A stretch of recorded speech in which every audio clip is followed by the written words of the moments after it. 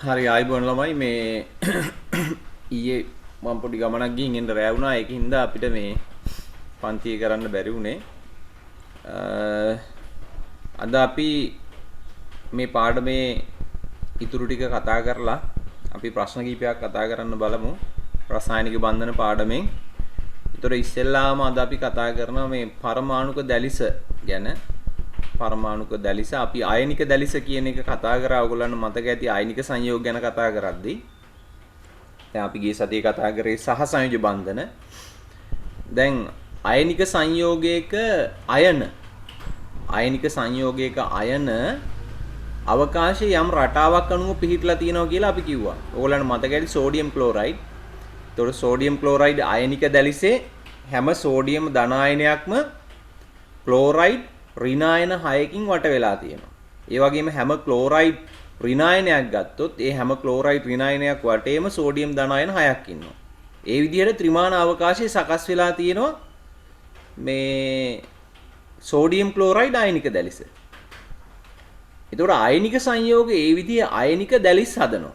දැන් අයනික සංයෝග හැම එකක්ම වාගේ දැලිස් හදනවා. හැබැයි සහසංයුජ සංයෝග ගත්තොත් ඇතම් සහසංයුජ මූලද්‍රව්‍ය සහසංයුජ බන්ධන වලින් බැඳිච්ච පරමාණු මූලද්‍රව්‍ය වල පරමාණු සහසංයුජ බන්ධන වලින් බැඳිලා පරමාණුක දැලිස් හදනවා. දැන් මේවා අයන නෙවෙයි එකිනෙක බැඳෙන්නේ. මූලද්‍රව්‍ය පරමාණු සහසංයුජ බන්ධන වලින් එකිනෙක බැඳිලා හදනවා මේ වාගේ දැලිස් ව්‍යුහ. දැලිස් ව්‍යුහයක් කියන්නේ ළමයි ත්‍රිමාන අවකාශයේ යම් නිශ්චිත රටාවකට බැඳිලා තියෙනවා ඒවා එකිනෙක. ත්‍රිමාන අවකාශයේ නිශ්චිත රටාවකට එකිනෙක බැඳිච්ච ව්‍යුහයකට අපි කියනවා දැලිස් ව්‍යුහයක් කියලා. ඒතර පරමාණු එකිනෙක බැඳිලා මේ විදිහේ රටාවක් හැදිලා තියෙනවා නම් අපි ඒවට කියනවා පරමාණුක දැලිසක් කියලා. අයන එකිනෙක බැඳිලා හැදිලා තියෙනවා නම් නිශ්චිත රටාවකට බැඳිලා තියෙනවා නම් අපි ඒකට කියනවා අයනික දැලිසක් කියලා. හරි දැන් එතකොට මේ සහසංයුජ බන්ධන ගැන කතා කරද්දී සමහර මූලද්‍රව්‍ය පරමාණුත් සහසංයුජ බන්ධන වලින් එකිනෙක බැඳිලා අවකාශයේ යම් නිශ්චිත රටාවක් අනුව බැඳිලා තියෙනවා. අපි ඒ වාගේ ව්‍යුහ වලට කියනවා පරමාණුක දැලිස් කියලා. ඒතර මේ පරමාණුක දැලිස් වලට හොඳම උදාහරණය තමයි මිනිරන්. මිනිරන් වලට අපි කියනවා ග්‍රැෆයිට් කියලා. එතකොට මිනිරන් වල මෙන්න මේ විදිහේ ත්‍රිමාන ව්‍යුහයක් තියෙන ඕගොල්ලන්ට පේනවා. මේ මිනිරන් කියන්නේ ළමයි කාබන්. අර පැන්සල් කූරේ තියෙන කාබන්. ඒතකොට ඒව තමයි මිනිරන්. කාබන් වල බහුරූපී ආකාර ගොඩක් තියෙනවනේ. බහුරූපී ආකාර කියන්නේ එකම මූලද්‍රව්‍යයේ එකිනෙකට වෙනස් ස්වරූප තියෙනවා. ඒවා තමයි බහුරූපී ආකාර කියන්නේ. දැන් උදාහරණයක් විදියට ලාම්පුවෙන් පිටවන ලාම්පු දැලි කියන්නේත් කාබන්. ගල් අඟුරු කියන්නේත් කාබන්. දියමන්ති කියන්නේත් කාබන්. ඒ වගේම මිනිරන් කියන්නේත් කාබන්. එතකොට මේවා එකම මූලද්‍රව්‍ය හැබැයි වෙනස් ස්වරූප. හරි. එතකොට මේ වාගේ කාබන් වල එක බහුරූපී ආකාරයක් තමයි මිනිරන් කියන්නේ. ඒතර මිනිරන් හැදිලා තියෙන්නේ මෙහෙමයි.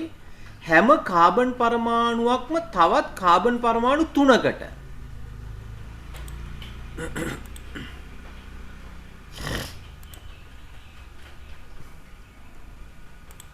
හැම කාබන් පරමාණුවක්ම තවත් කාබන් පරමාණු 3කට ත්‍රිමාන අවකාශයේ බැඳිලා මේ වගේ තලීය ව්‍යුහ හැදෙනවා ළමයි.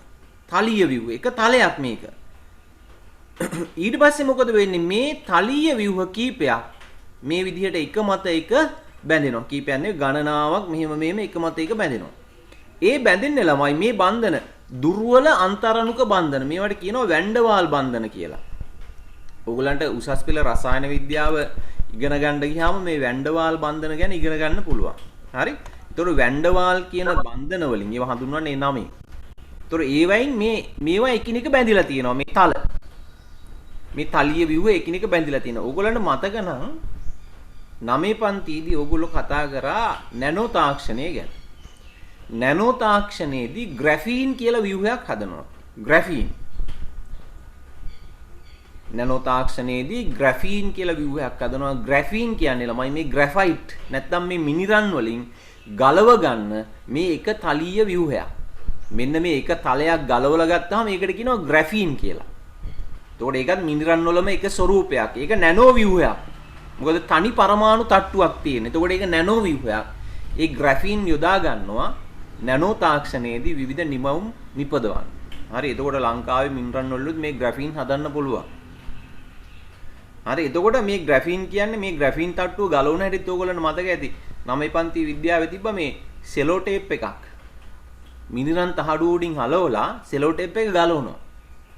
ඒ විදිහට කීප වාරයක් මෙහෙම ගලවනකොට එක තට්ටුවක් ගැලවෙනවලු මෙහෙම. එහෙම තමයි ග්‍රැෆීන් තට්ටුව ගලව ගත්තා කියන්නේ මුලින්ම. හරි. එතකොට මේ ග්‍රැෆයිට් නැත්තම් මිනිරන් වල මේ තනි තට්ටුවකට තමයි ග්‍රැෆීන් එකක් කියලා කියන්නේ. ඒතකොට මේ වාගේ තට්ටු ගණනාවක් බැඳිලා තිනවා. දැන් ඕගොල්ලන් පැන්සල ගත්තාම මේ වාගේ ගයින්න බැරි තරම් තට්ටු එකිනෙක බැඳිලා තියෙනවා. දැන් මේ ව්‍යුහය නිසා මිනිරන් වලට විශේෂ ಗುಣ තියෙනවා ළමයි. මේ මිනිරන් වලට ලිහිසි ගුණයක් ලැබිලා තියෙනවා. ලිහිසි ගුණය කියන්නේ එකම තේක ලිස්සලා යන්න පුළුවන්. දැන් මේ දුර්වල බන්ධන වලින් බැඳිලා තියෙන්නේ. එතකොට මේ බන්ධන කැඩෙනවා. දැන් අපි පැන්සලෙන් ලියනකොට වෙන්නේ මේ පල්ලෙහා තට්ටුව කඩදාසිය මත ගැලවෙනවා. ගැලවිලා කඩදාසිය තැවරෙනවා. ඊට පස්සේ මෙහෙම අපි පැන්සල ඇදගෙන යද්දි මොකද වෙන්නේ? මේ තට්ටු ගැලවි යනවා කඩදාසිය මත. ඒක තමයි පැන්සලෙන් අදින්නේ. එතකොට ඒ වාගේ හැකියාවල් ලැබිලා තියෙන මිනිරන් වලට. ඒ වෙනත්නම් මේ හැකියාව නිසා මිනිරන් දානවලු මේ බර වාහනවල එන්ජින් ඔයිල් වලට මිනිරන් කලවම් කරනවා. ඒ ලිහිසි ගුණයක් ලැබෙනවා කියලා කියනවා. හරි. ඉතින් මේ විදිහට එhmenan මිනිරන් නැත්තම් ග්‍රැෆයිට් වල තියෙනවා පරමාණුක දැලිසක්. අපි චුට්ටක් පරමාණුක දැලිස මේක බලලා මේක ලියාගමු. පරමාණුක දැලිස ගැන බලන්නකෝ මේ මිනිරන් වල පරමාණුක දැලිස.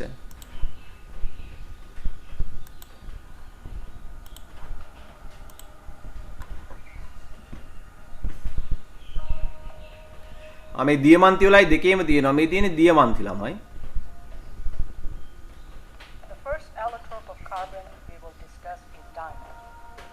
එතකොට මිනිරන් වල හැම කාබන් පරමාණුවක්ම තවත් කාබන් පරමාණු 4කට බැඳෙනවා සහසංයෝජ බන්ධන වලින්.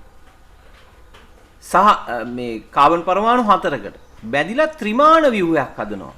දැන් අර ග්‍රැෆයිට් වල තියෙන තලීය ව්‍යුහයක්නේ. තනි තලයක්නේ. ඒ වාගේ තල ගොඩක් එකට සම්බන්ධ වෙනවා දුර්වල බන්ධන වලින්. හැබැයි මිනිරන් වල එහෙම නෙවෙයි. මිනිරන් වල හැම කාබන් පරමාණුවක්ම තවත් කාබන් පරමාණු 4කට බැඳිලා මෙන්න මෙහෙම ත්‍රිමාන ව්‍යුහයක් හදනවා. ඒක නිසා මිනිරන් ඊටාම දැඩි ළමයි. හරි? මේ ව්‍යුහය අඳින්න බලන්නකො හැදෙන හැටි.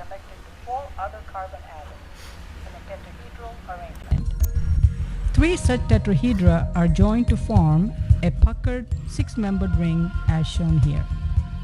This is capped by a fourth tetrahedron to form a structure that is itself a larger tetrahedron. Here we zoom in to focus on this tetrahedron.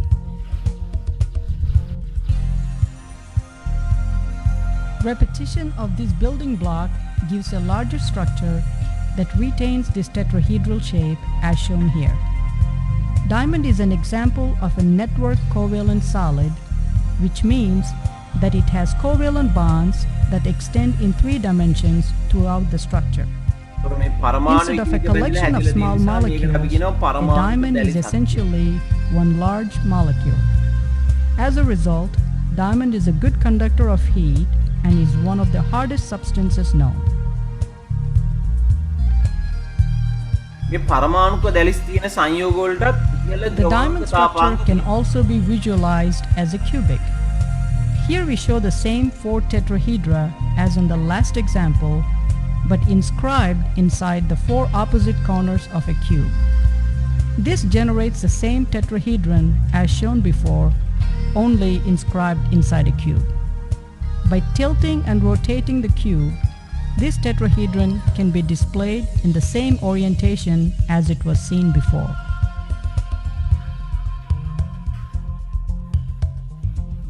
Repetition of this cube also generates the diamond structure, but from the cubic perspective.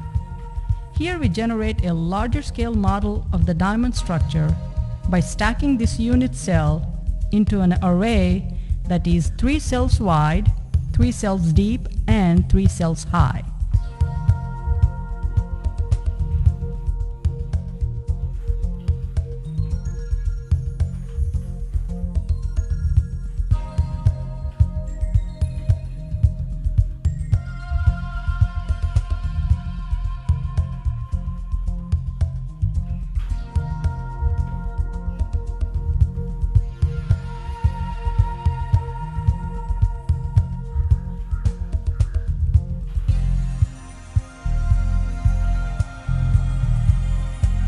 දැන් මේක මේ ත්‍රිමාණ දැලිසක් විදියට තියෙන නිසා මේක ඊටාම දැඩි.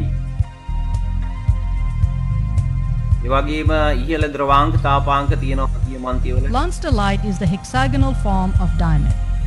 Like diamond, the carbon atoms in lonsdaleite are each connected to 4 others in a tetrahedral geometry. Also like diamond, 3 such tetrahedra are joined to form a puckered 6-membered ring.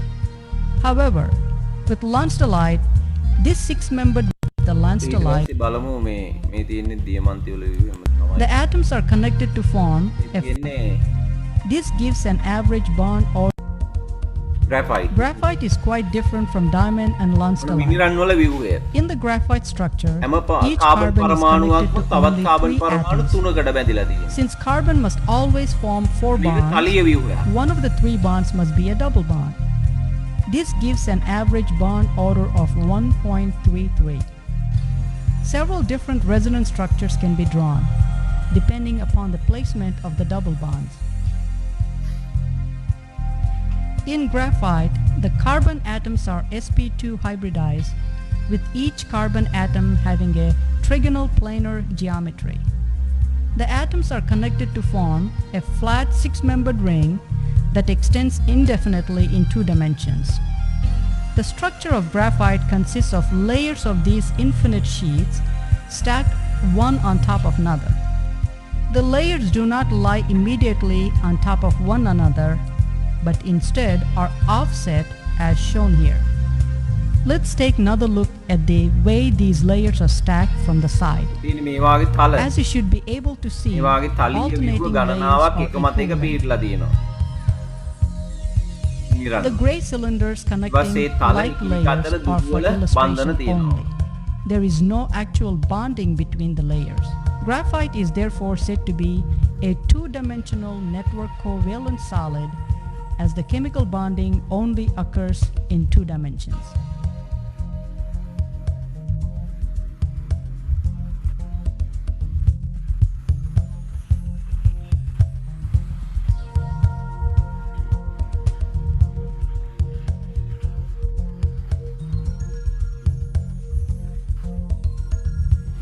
ෆ්ලොරින්ස් කියන්නේ The මේ fullerenes consists of carbon මේක ළමයි atoms. Carbon වල බහුරූපී ආකාරයක්. දැන් මේව හැබැයි මේ නැනෝ තාක්ෂණයේදී ඔයගොල්ලන්ට මතක ඇති. මේක කාබන් නැනෝ ව්‍යුහයක්. කාබන් නැනෝ ව්‍යුහයක්. කාබන් පරමාණු 60ක් මේ ෆුට්බෝලයක් විදියට මේ වාගේ බැඳිලා හැදෙනවා. මේකේ කාබන් වල නැනෝ ව්‍යුහයක්. මේකට කියනවා බකී බෝල් කියලාත් කියනවා. Arranged into spherical molecules. Like graphite, කතා කරේ 9 each carbon atom is connected to only 3 others. However, the fullerenes contain 5-membered as well as 6-membered rings. The most common fullerene is the C60, also known as a buckyball. This molecule contains 12 5-membered rings and 20 6-membered rings. These rings are arranged in a sphere resembling the soccer. හරි. ඒක අපිට එච්චරම වැදගත් නෑ. අපි කතා කරන්නේ දැන් මෙතන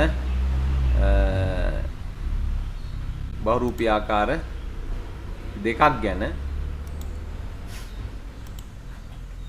පරමාණුක දැලිස් සම්බන්ධයෙන් කතා කරද්දී පරමාණුක දැලිස් දෙකක් අපි කතා කරනවා. මිනිරන් වල පරමාණුක දැලිසයි ඊට පස්සේ දීමන්ති වල පරමාණුක දැලිසයි. හරි. ලියන්නකෝ මාතෘකාව පරමාණුක දැලිස කියලා. පරමාණුක දැලිස.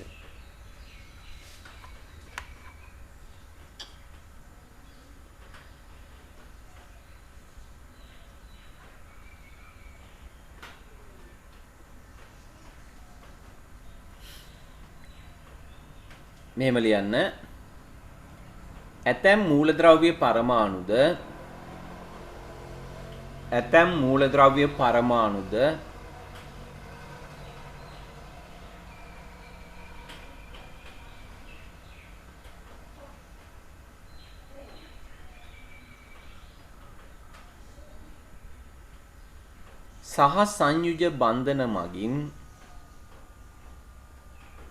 සහ සංයුජ බන්ධන මගින්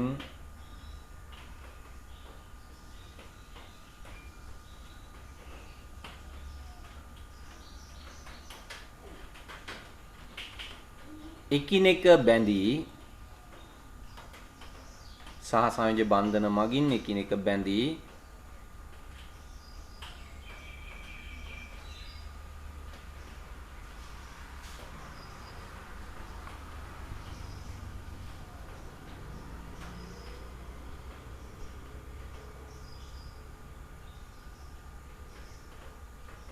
පරමාණු දැලිසක ආකාරයට සකස් වී තිබේ. පරමාණු දැලිසක ආකාරයට සකස් වී තිබේ.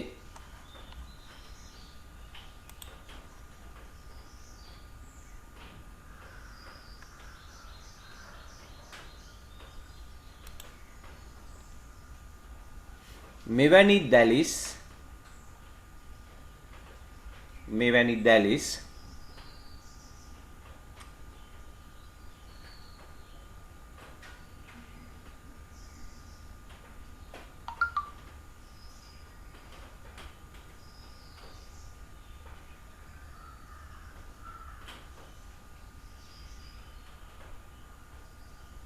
පරමාණුක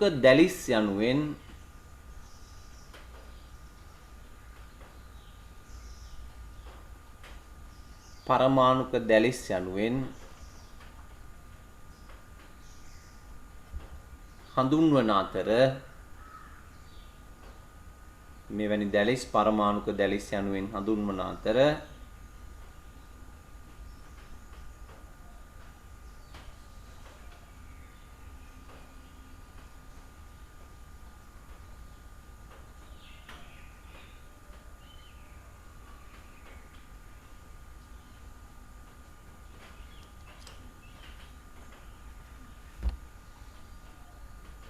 පරමාණුක දැලිස් සහිත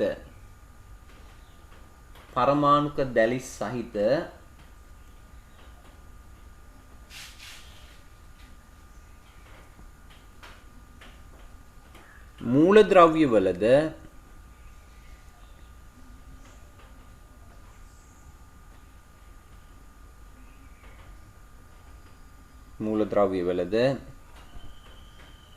ඉහළ ද්‍රවාංක සහ තාපාංක තිබේ. ඉහළ ද්‍රවාංක සහ තාපාංක තිබේ.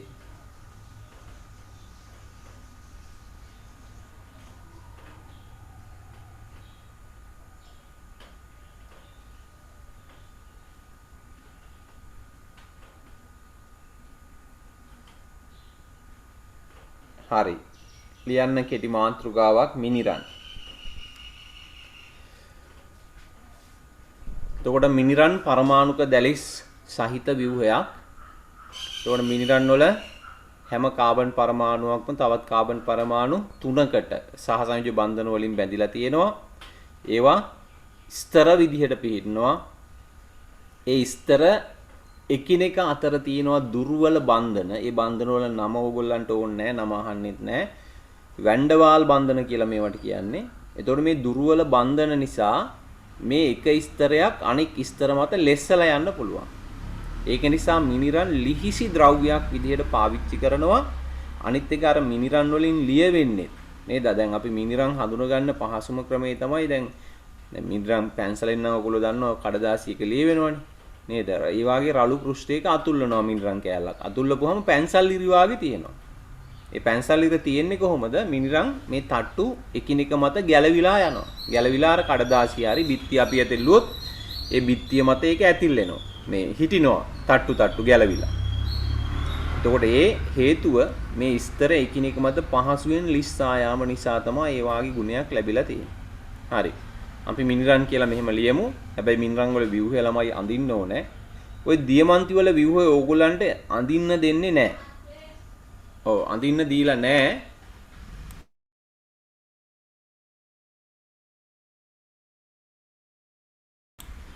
මිනිරන් වල ව්‍යුහය අඳින්න දෙනවා. දියමන්ති වල ව්‍යුහය අඳින්න දීලා නැහැ. නමුත් මේ මිනිරන් වල ව්‍යුහය අඳින්න දීලා තියෙනවා පසුගිය විභාග ප්‍රශ්න පත්‍රවල. හරි. ඒක නිසා මේක අපි අඳින්න ඕනේ. ඕගොල්ලෝ පොඩ්ඩක් පස්සේ පැත්තකින් මේක ඇඳ ගන්න. මේ රූප සටහන ඕගොල්ලන්ගේ අච්චු පුතේ තියෙනවා. ඒතකොට ඒක බලාගෙන මේ රූපය ඇඳ ගන්න. දැන් අපි ඒකට කාලේ ගන්න ඕනේ නැහැ. හරි අපි මිනිරන් කියලා ලියලා මෙහෙම ලියමු ග්‍රැෆයිට් නැත්තම් මිනිරන් වරහන් ඇතුලේ මිනිරන් කියලා ලියන්න. ලියලා මෙහෙම ලියන්න.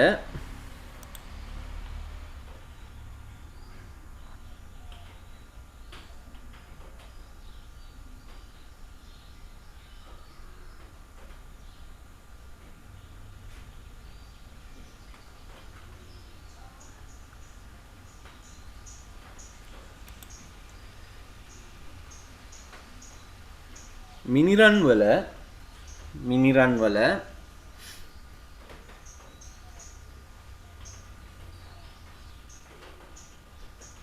සෑම කාබන් පරමාණුවක්ම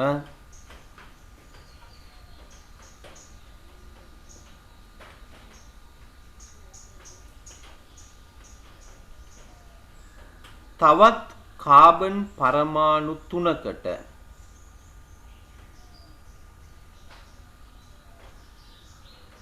සෑම කාබන් පරමාණුවක්ම තවත් කාබන් පරමාණු 3කට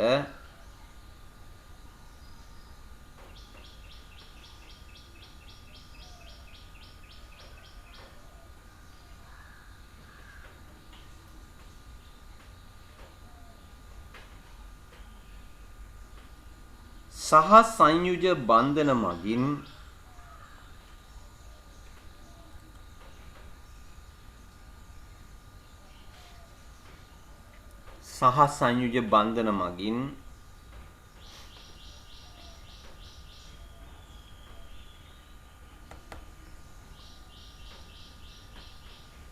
එකිනෙක බැඳී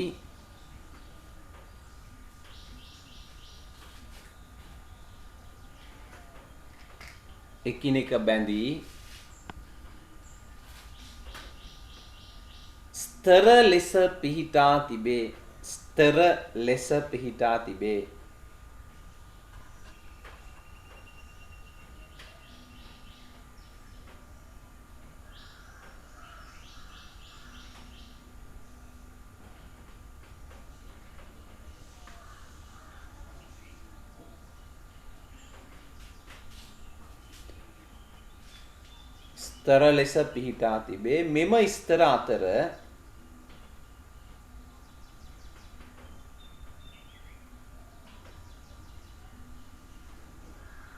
මෙම ස්තර අතර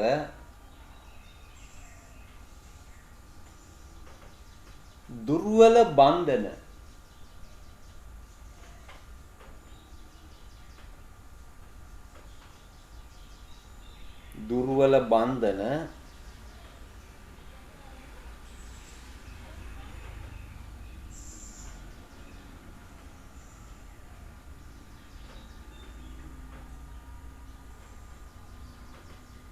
පවතින අතර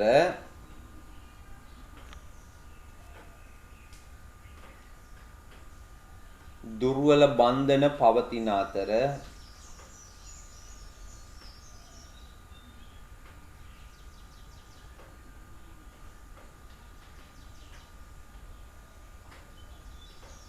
එම බන්ධන හේතුවෙන්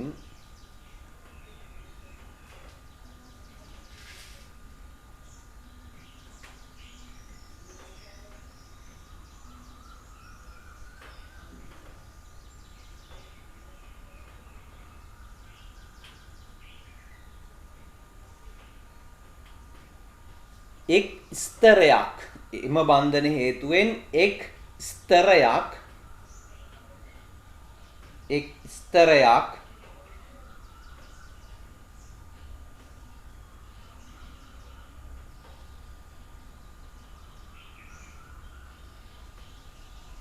අනෙක් ස්තරය මත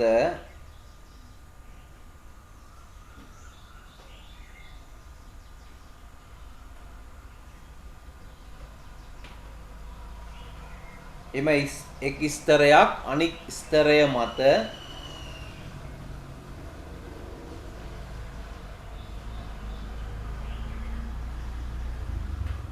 ලිස්සා යාම සිදුවේ.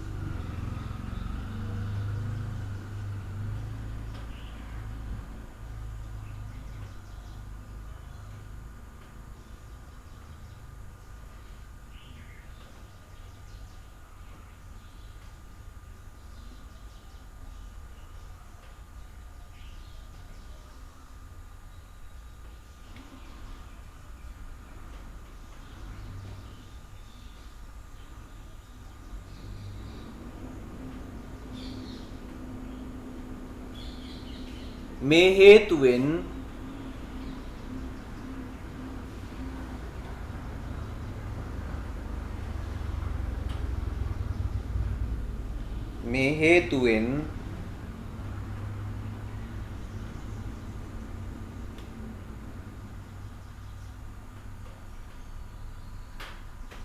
මිනිරන් ලිහිසි ද්‍රව්‍යයක් ලෙස හැසිරේ. මිනිරන් ලිහිසි ද්‍රව්‍යයක් ලෙස හැසිරේ.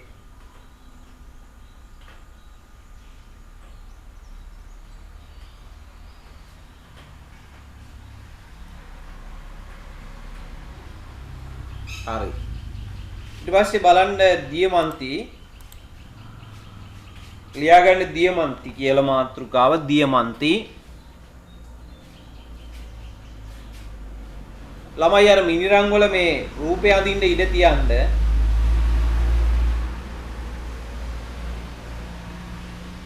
ඒක උඩින්ම අඳින්න තිබ්බට කමක් නැහැ නේ ලියන්න කලින්. කමක් නැහැ කමක්.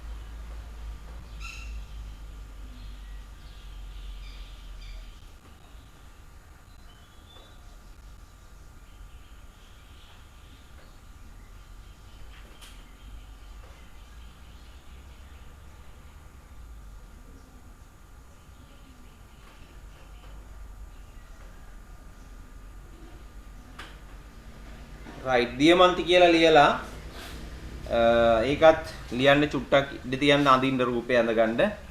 මේ රූපේ ළමයි අඳින්න අමාරුයි. ඒක නිසා පුළුවන් නම් අතින් අඳින්න බැයි නම් රූපයක් අලවන්න.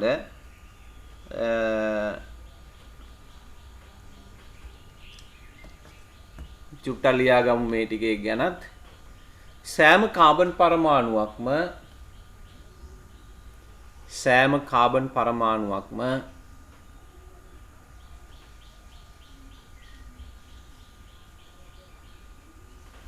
තවත් කාබන් පරමාණු හතරක්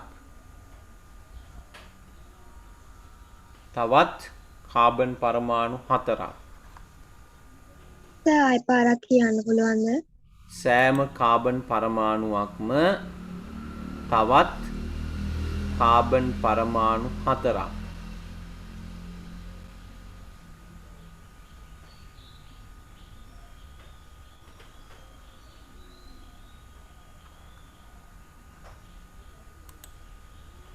කාබන් පරමාණු හතරක් සමග ඒක බන්ධන සාදමින් ඒක බන්ධන සාදමින්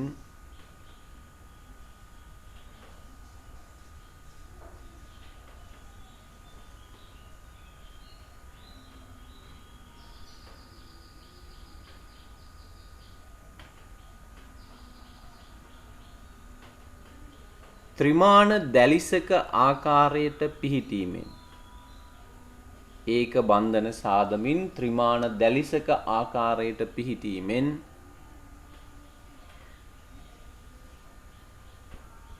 දියමන්ති සෑදේ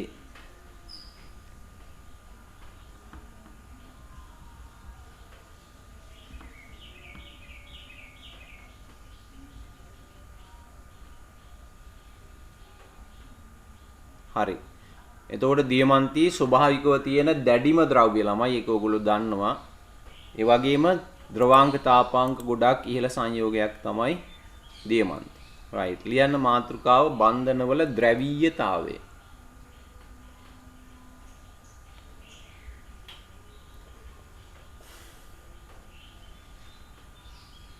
බන්ධනවල ද්‍රවීයතාවය. සර් අර දියමන්ති වල පරමාණුක දැලිස අඳින්න ඉඩ තියන්න ඕනද? ඔව් තියන්න. ඉඩ තියන්න ඒක අනේ.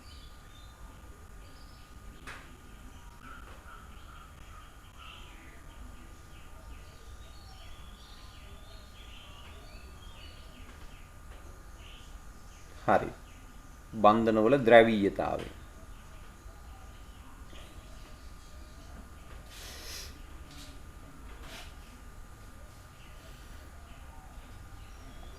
දැන් ළමයි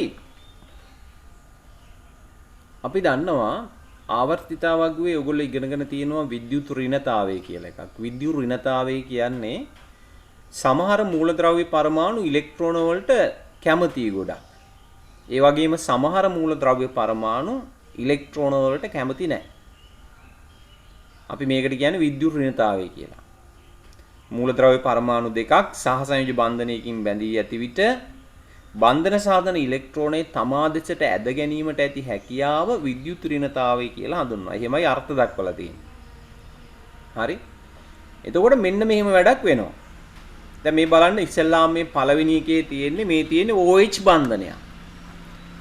මේ පළවෙනි රූපේ තියෙන්නේ මෙතන OH බන්ධනයක්. එතකොට මේ OH බන්ධනය හදන්න ඔක්සිජන් දානවා තමන්ගේ ඉලෙක්ට්‍රෝනයක්, හයිඩ්‍රජන් උත් දානවා තමන්ගේ ඉලෙක්ට්‍රෝනයක්. එතකොට මේ දෙන්නම ඉලෙක්ට්‍රෝන එක එක දාලා තමයි මේ බන්ධනේ හැදෙන්නේ. හැබැයි මේ බන්ධනේ හැදුනට පස්සේ මෙහෙම දෙයක් වෙනවා ළම. මෙතන හයිඩ්‍රජන්ට වඩා ඔක්සිජන් ඉලෙක්ට්‍රෝන වලට වැඩි කැමැත්තක් දක්වනවා. හයිඩ්‍රජන්ට වඩා ඔක්සිජන් ඉලෙක්ට්‍රෝන වලට වැඩි කැමැත්තක් දක්වනවා. ඒක නිසා මොකද වෙන්නේ? මේ බන්ධනේ හදපු ඉලෙක්ට්‍රෝන දෙකම ඔක්සිජන් මේ දෙවනි රූපේ විදියට තමන්ගේ පැත්තට වැඩිපුර ඇද ගන්නවා. ඔක්සිජන් මොකද කරන්නේ? මේ බන්ධනේ හැදිච්ච ඉලෙක්ට්‍රෝන දෙක තමන්ගේ පැත්තට වැඩිපුර ඇද ගන්නවා. එතකොට දැන් මේ ඉලෙක්ට්‍රෝන යුගලය වැඩිපුර තියෙන්නේ ඔක්සිජන් පරමාණුව පැත්තේ. ඒක නිසා මෙන්න මෙහෙම දෙයක් වෙනවා. ඒක නිසා ළමයි මේ ඔක්සිජන් පරමාණුවට ලැබෙනවා කුඩා ඍණ ආරෝපණයක්. අපි මේක ලකුණු කරන්නේ ඩෙල්ටා ඍණ කියලා මෙහෙම. ඩෙල්ටා නේද මේ දවස්වල වල තියෙන්නේ ඩෙල්ටා ප්‍රභේද ඒ වාගේ. ඩෙල්ටා ඍණ. ඇයි ඉලෙක්ට්‍රෝන වැඩි දැන් මෙයාගේ වටේ ටික. දැන් අකුර D ද සර් ඩෙල්ටා කියන එකේ? අකුර D අකුරද? නෑ D නෙවෙයි මේක මේ මම මේ මවුස් එකෙන් ඇන්දේ. මේ චූටි මම මේක බෝඩ් එක ගහලා අඳින්න. පොඩි මේ රවුම් වෙන්න ඕනේ මේ මුළු. මං අඳින්නම්කෝ මේක. ඇල්ෆා බීටා ගැමා ඩෙල්ටා කියලා ඔය අර මොනවද ග්‍රීක හෝඩිය අකුරුනේ මේවා. හරි. එතකොට දැන් ඔක්සිජන් මේ හයිඩ්‍රජන් පරමාණු ඉලෙක්ට්‍රෝනේ එයාගෙන් ඈත් වෙලා තියෙනවා. ඒ ඈත් වීම නිසා මෙයාටත් ලැබෙනවා අපි කියනවා ඩෙල්ටා ධන ආරෝපණයක්, කුඩා ධන ආරෝපණයක් ලැබෙනවා. මෙයාගෙන් ආරෝපණ ඉවත් වෙලා දැන්. ඒක නිසා අපි මේකට කියනවා ඩෙල්ටා ධන කියලා මෙහෙම. ඩෙල්ටා ඍණ ඩෙල්ටා ධන. දැන් බලන්න එතකොට දැන් මේ මුළු අණුවම ගත්තොත් මේ මුළු අණුවම අපි එළියෙන් ගත්තොත් මේ අණුවේ ධන ඍණ ආරෝපණ නැහැ. ඇයි මුළු අණුවම එළියෙන් ගත්තොත් ධන ඍණ ආරෝපණ නැහැ කියන්නේ? දැන් ඔක්සිජන් පරමාණු ඔයගොල්ලෝ දන්නවා පරමාණු ක්‍රමාංකය 8යිනේ. නේද? එතකොට මෙයාගේ ධන ආරෝපණ 8ක් තියෙනවා. ධන 8ක් තියෙනවා ඔක්සිජන්ගේ. එතකොට මෙයාගේ ඉලෙක්ට්‍රෝන 8ක් තියෙනවා. එතකොට ඉලෙක්ට්‍රෝන 8 ඍණ 8යි. එතකොට ඔක්සිජන් පරමාණුවේ සමස්ත ආරෝපණය 0යි. ඒ විදිහටම හයිඩ්‍රජන්ගෙත් තියෙනවා පරමාණු ක්‍රමාංක 1යි, ප්‍රෝටෝන 1යි, ඉලෙක්ට්‍රෝන 1යි. එතන සමස්ත ආරෝපණය 0යි. එතකොට අණුව එළියේ ඉඳන් බලද්දී අපි මේ අණුවේ ආරෝපණයක් නැත.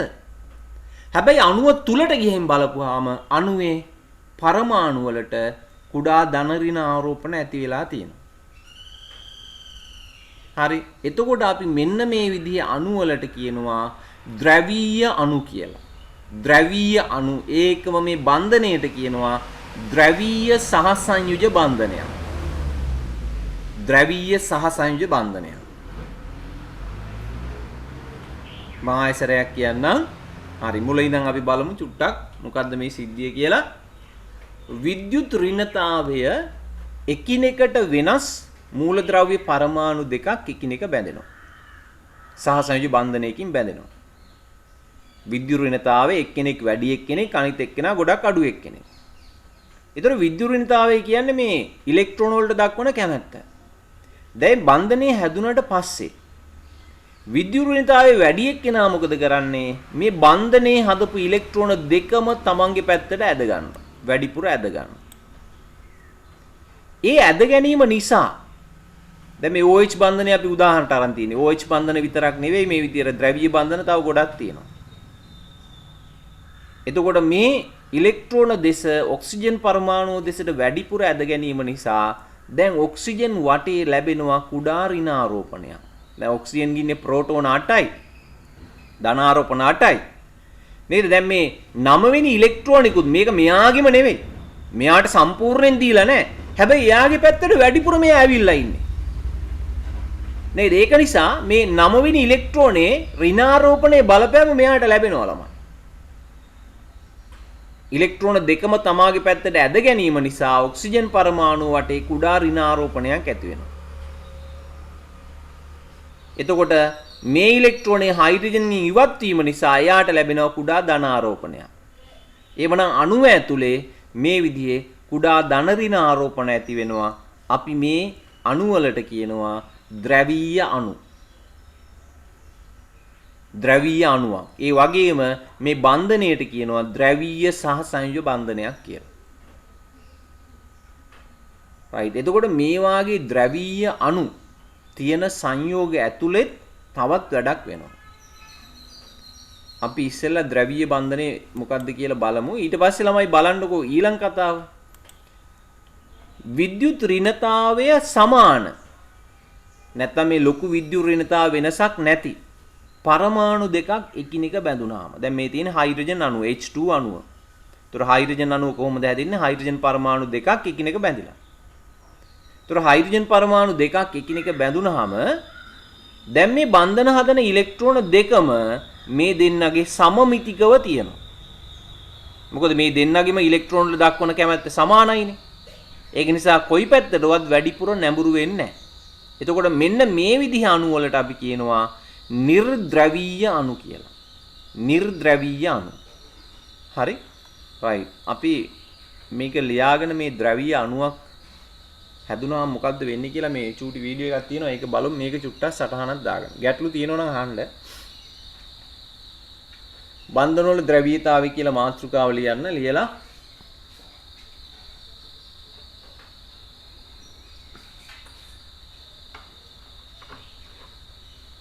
මේම ලියන්න.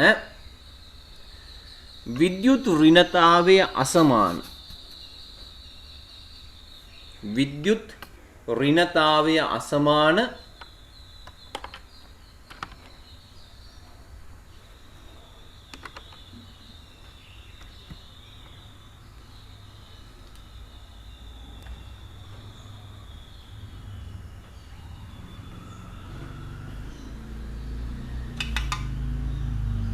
මූලද්‍රව්‍ය පරමාණු දෙකක්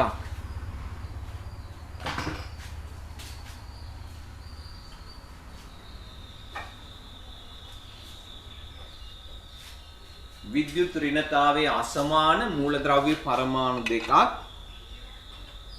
සහ සංයුජ බන්ධනයක් මගින්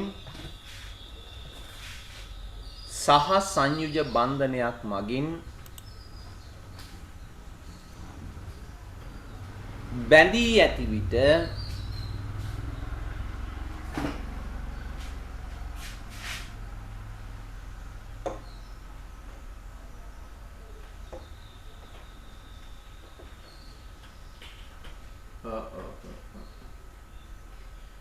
සහසංයුජ බන්ධනයක් මගින් බැඳී ඇති විට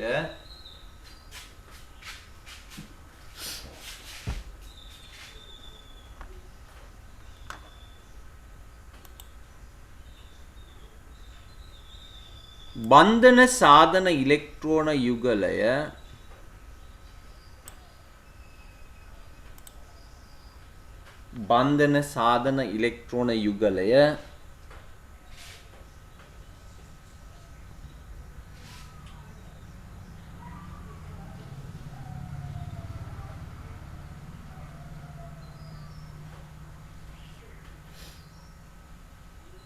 විද්‍යුත් ඍණ පරමාණුව දෙසට බන්ධන සාධන ඉලෙක්ට්‍රෝන යුගලය විද්‍යුත් ඍණ පරමාණුව දෙසට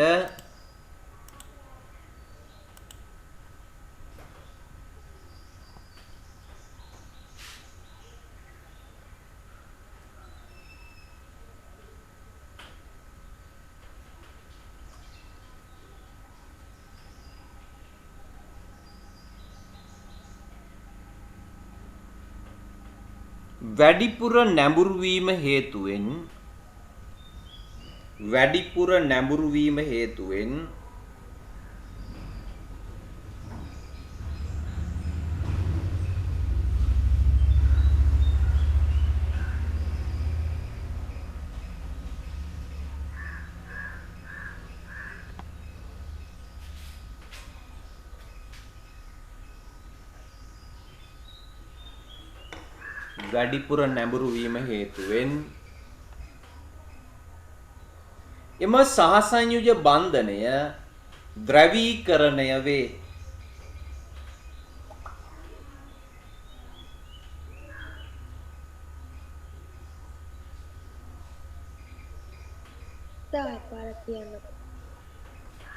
එම සහසංයුජ බන්ධනය ද්‍රවීකරණය වේ.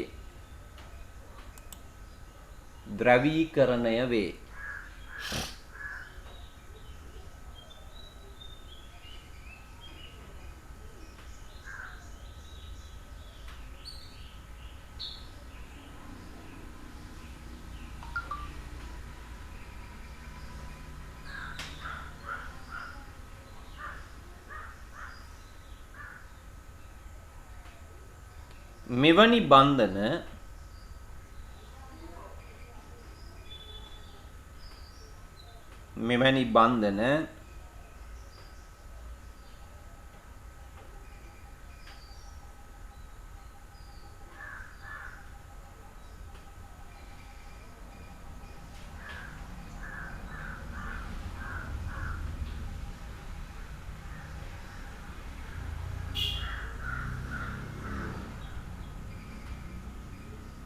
ද්‍රවීය සහසංයුජ බන්ධන ලෙස හැඳින්වේ.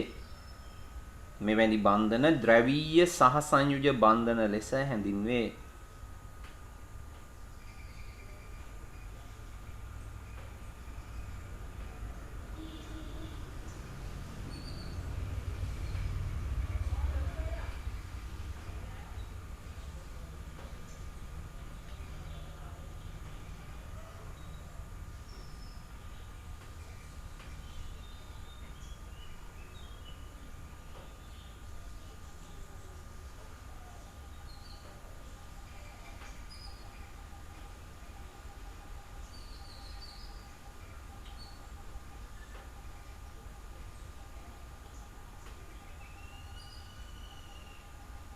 හරි.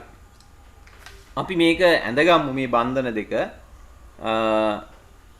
මේකේ ළමයි මේ උදාහරණ OH බන්ධනය කියලා ලියන්න. උදාහරණ OH බන්ධනය. එතකොට මේ ද්‍රවීකරණය වෙච්ච එකේ මේ ඩෙල්ටා අකුර මෙතන ලියන්න බෑ මේ ප්‍රසන්ටේෂන් එකෙන්. මම ඒක නිසා ප්‍රසන්ටේෂන් එකෙන් මේක අයින් කරගෙන බෝඩ් එකකින් මේක ලියනවා. ඔයගොල්ලෝ බෝඩ් එකේ මේක මම බෝඩ් එකට ගත්තාට පස්සේ ඇඳ ගන්න පොඩ්ඩක් ඉන්න.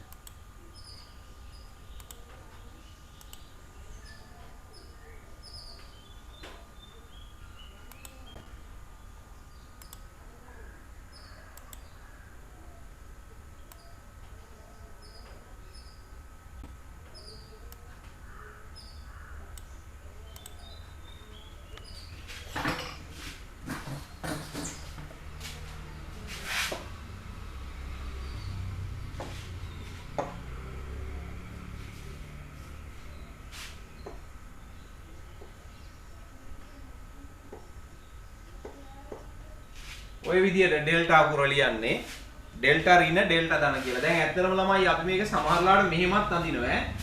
මෙන්න මෙහෙම අඳිනවා OH බන්ධනේ. OH.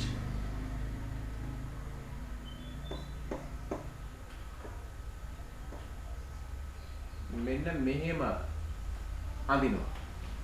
ඒ මොකද මෙහෙම අඳින්නේ මේ ඕක අවුලක් නෑ. ඕගොල්ලන්ට ඕකේ රූප සටහනක් අඳින්න බලාපොරොත්තු වෙන්නේ නෑ සාමාන්‍ය පෙළ පන්තියේදී.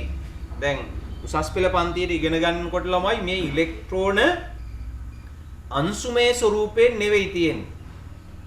අපි ඇත්තට මේ ඉලෙක්ට්‍රෝන වලට තිත් කතිර දාලා අංශු විදිහට ඇඳලා මේ ඉලෙක්ට්‍රෝන අංශුමය ස්වරූපයෙන් නෙවෙයි තියෙන්නේ. දැන් පරමාණුවේ න්‍යෂ්ටිය වටා ඉලෙක්ට්‍රෝන වලාකුලක් වාගලු තියෙන්නේ.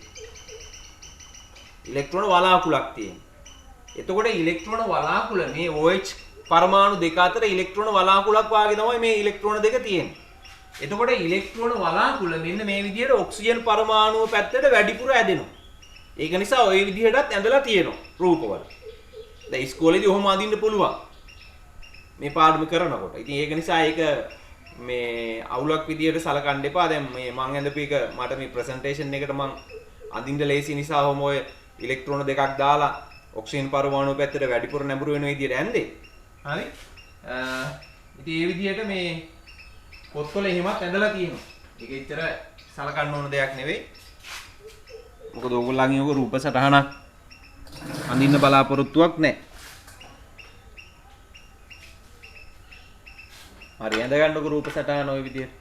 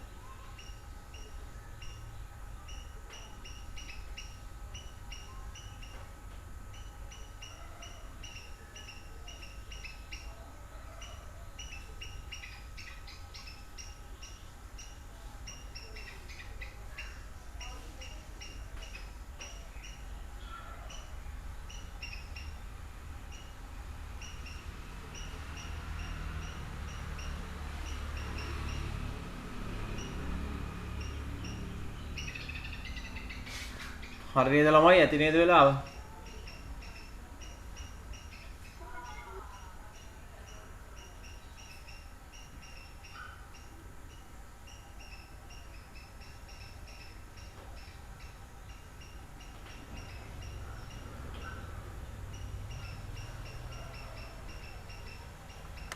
right. හරි සර්.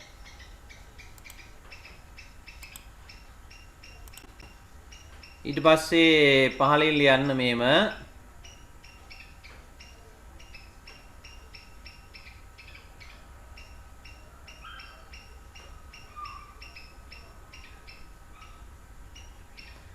विद्युत ऋणता समान हो विद्युत ऋणता समान हो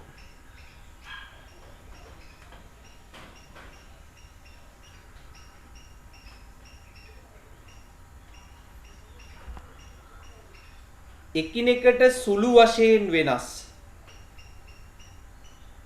එකිනෙකට සුළු වශයෙන් වෙනස්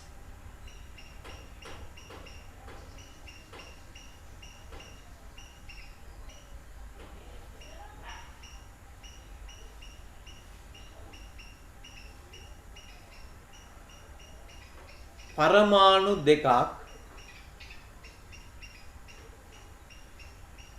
එකිනෙකට සුළු වශයෙන් වෙනස් පරමාණු දෙකක්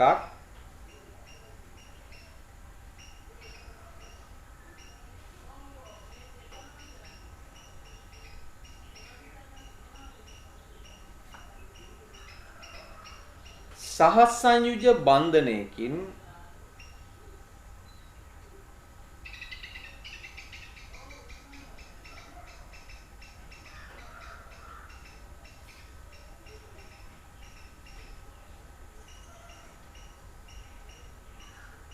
සහසංයුජ බන්ධනයකින් බැඳී ඇති විට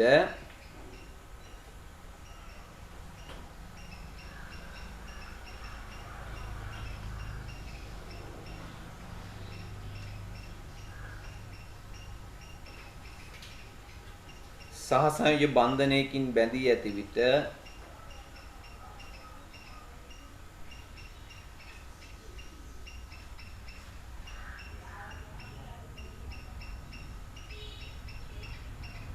එම පරමාණු දෙක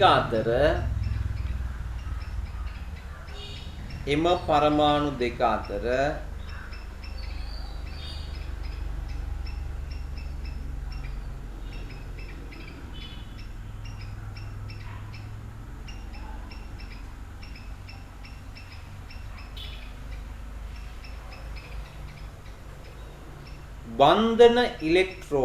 බන්ධන ඉලෙක්ට්‍රෝන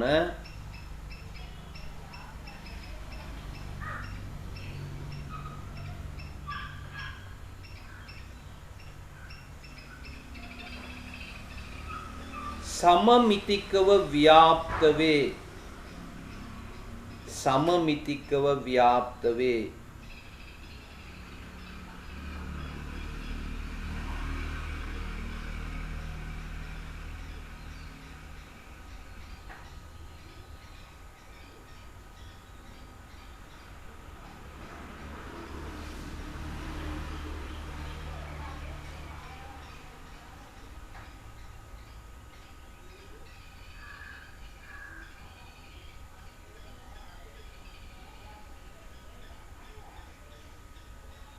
එවැනි සහසංයුජ බන්ධන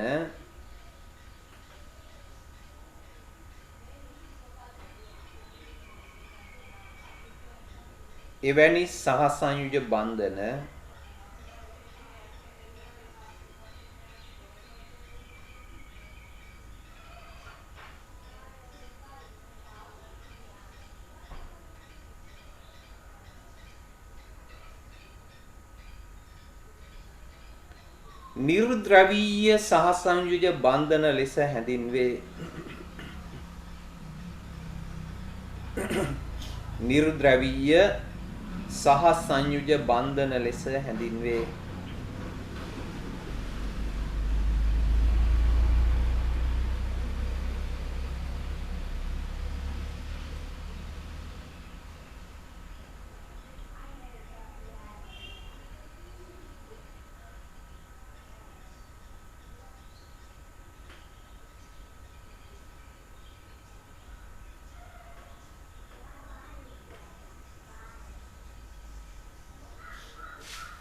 හරි.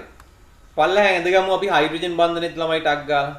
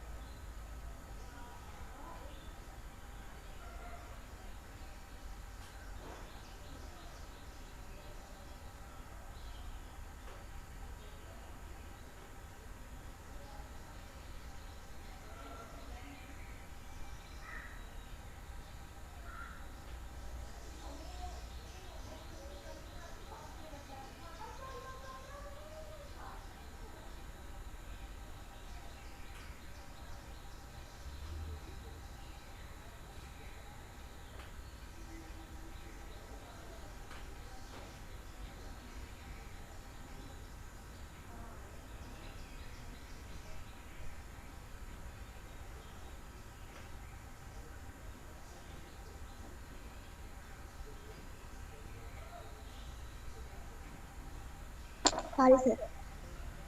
හරිනේ.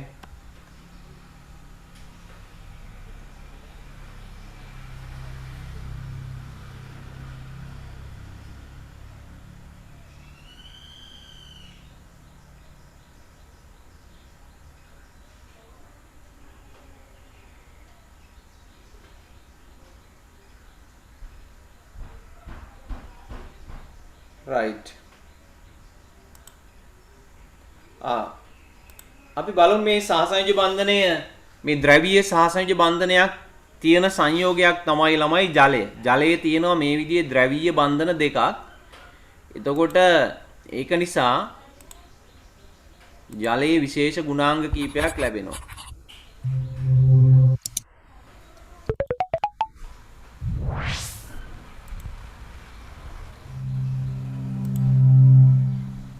Water really is an amazing molecule, and part of what makes it so special is the bonding between the elements that come together to form it. You might already know that the atoms of all elements like to have a full outer shell of electrons. If you need a refresher on this, have a look at this video. Water is made from one oxygen atom and two hydrogens. The oxygen has 6 electrons in its outer shell, but it really wants to have 8. මෙයා ඉලෙක්ට්‍රෝන වැඩිපුර කැමති hydrogen විද්‍යුත්තාවේ ඔක්සිය තරම් නැහැ අඩු. There aren't usually lots of spare electrons just flying about the place, so the atoms share their electrons, as shown, forming covalent bonds. Now all 3 atoms have full outer shells and are very happy. Water molecule is created. We draw covalent bonds with a single straight line between the 2 atoms that are electron sharing. But you shouldn't draw a water molecule like this. It should actually be drawn bent, like so. The reason for this is down to the lone pairs of electrons on the oxygen, the ones not being shared by the hydrogens. They repel the bonding pairs. Hydrogen මේ ජලාණුව කෝණික හැඩයක් තියෙනවා කියලා මේ කෝණික හැඩයට හේතුව මෙන්න මේ ඉලෙක්ට්‍රෝන මේවට කියන්නේ එකසර ඉලෙක්ට්‍රෝන කියලා. බන්ධන හදපු නැති ඉලෙක්ට්‍රෝන යුගල් දෙකක් තියෙනවා. ඒ යුගල දෙකෙන් මේ බන්ධනය විකර්ෂණය කරනවා. ඒක නිසා කෝණික හැඩයක් එනවා ඔක්සිජන් වල. So water has 2 covalent bonds. But of course මේ the bonds ජලාණුවේ aren't. තියෙනවා මේ දැන් මේ ලොකු එක්කෙනා ඔක්සිජන් පරමාණු නෙමේ හයිඩ්‍රජන් පරමාණු සුදු එක්කෙනා. එතකොට මේ බන්ධනය OH බන්ධනයක්. ඒතර මෙතෙන්දි මොකද වෙන්නේ මේ OH බන්ධනයේ හදන මේ ඉලෙක්ට්‍රෝන දෙක හයිඩ්‍රජන්ගේ පැත්තට වැඩිපුර ඇදෙනවා. ඒතර ඔක්සිජන් පැත්තට. ඒතර ඔක්සිජන්ට කුඩා ඍණාරෝපණයක් ලැබෙනවා. මේ බන්ධන දෙකම මේ පැත්තට ඇදගෙන ඉන්නේ. ඔක්සිජන්ට කුඩා ඍණාරෝපණයක් ලැබෙනවා. මේ හයිඩ්‍රජන් අණු වලට කුඩා ධන ආරෝපණ ලැබෙනවා. ඒක නිසා දැන් ජලාණුව කියන්නේ ද්‍රවීය අණුවක්. ද්‍රවීය අණුවක්. The same as those you would see in, say, methane. In this molecule, the bonding electrons spend most of their time about halfway between the carbon and hydrogen atoms. එතකොට මේ මීතේන් වල Whereas in නිර්ද්‍රවීය water, අණුවක් the කියන්නේ bonding කියන්නේ. electrons spend most of their time nearer the oxygen atom because it is more electronegative. That's electron withdrawing. What effect do you suppose this will have on the different areas of a water molecule? Pause the video and resume when you have an idea. Well, the answer is because the negatively charged electrons spend more of their time around the oxygen atom, it becomes a little bit negative itself, while the hydrogens become a little positive. We call this delta positive, and delta negative. So water has what we call polar covalent bonds and is a polar molecule. This is really important, as we'll see in this video. හරි. එතකොට මේ ළමයි ජලය මේ විදිහේ ද්‍රවීය සහ සංයෝජ බන්ධන තියෙන සංයෝගයක්. මේ ජලාණුවේ මේ ද්‍රවීය බන්ධන නිසා මෙන්න මේ විදිහට බලන්න. මේ දෙවෙනි රූපේ මේ තියෙන දැන් ජලාණුවේ ওই විදිහට කුඩා ධන ඍණ ආරෝපණ ඇති වෙනවා. ඔක්සිජන් පරමාණුවේ කුඩා ඍණ ආරෝපණයක් ලැබෙනවා. හයිඩ්‍රජන් පරමාණුවේ කුඩා ධන ආරෝපණයක් ලැබෙනවා. ඒතකොට ජලාණුව කියන්නේ ද්‍රවීය සහ සංයෝජ බන්ධන තියෙන අණුවක්. ඊට පස්සේ මොකද වෙන්නේ මේ බලන්න. දැන් මෙන්න මේ විදිහට මේ දෙවෙනි රූපේ තියෙන විදිහට මේ ජලාණුවේ තියෙන කුඩා ඍණාරෝපිත ඔක්සිජන් පරමාණු යාබද ජලාණු වල තියෙන කුඩා ධනාරෝපිත හයිඩ්‍රජන් පරමාණු එක්ක බන්ධන ඇති කරගන්නවා. මේ තියෙන බලන්නකො මේ තියෙන එක ජලාණුවක්. දැන් මේ තියෙන්නේ පල්ලෙහායින් තියෙන මෙන්න එක ජලාණුවක්. ඒතර මේ ජලාණුවේ ධනාරෝපිත හයිඩ්‍රජන් පරමාණුත් එක්ක මේ පැත්තේ තියෙන ජලාණුවේ කුඩා ඍණාරෝපිත හයිඩ්‍රජන් පරමාණු අතර බන්ධනයක් ඇදලා තියෙනවා. මේ පැත්තෙනුත් මෙහා තව ජලාණුවකට ආකර්ෂණය වෙනවා. ඊට පස්සේ මෙතනින් ඕනනම් පුළුවන් තව එකක් අපිට අඳින්න. තව ජලාණුවක් මෙතෙන්ට ආකර්ෂණය වෙනවා. මේ ධනාරෝපණ මෙතන ඔක්සිජන් එකක්. නේද? ඔක්සිජන් එකක් මෙහෙම ওই විදිහේ හයිඩ්‍රජන් දෙකකට මේ දෙන්න අතරත් උහුම් බන්ධන ඇති වෙනවා. මේ විදිහට දැන් අපි වතුර භාජනයක් ගත්තොත් ජල භාජනයේ පුරාම තියෙන ජලාණු අතර අන්තර් අණුක බන්ධන ඇති වෙනවා. අණු අතර ඇතිවන මේ බන්ධන වලට අපි කියන්නේ අන්තර් අණුක බන්ධන කියලා. අණු අතර ඇතිවන මේ බන්ධන වලට අපි කියනවා අන්තර් අණුක බන්ධන. ළමයි මේ අන්තර් අණුක බන්ධන නිසා ජලයට සුවිශේෂී ගුණ ගොඩාක් ලැබිලා තියෙනවා. දැන් ජලයේ අණුක ස්කන්ධය ඔයගොල්ලෝ හොයනවා 18යිනේ නේ. 18යි ඔක්සිජන් 16යි සාපේක්ෂ පරමාණු ස්කන්ධය හයිඩ්‍රජන් 1යි. එතකොට හයිඩ්‍රජන් දෙන්නෙක් ඉන්නවා. ඒතර මෙයාගේ සාපේක්ෂ අණුක ස්කන්ධය 18යි.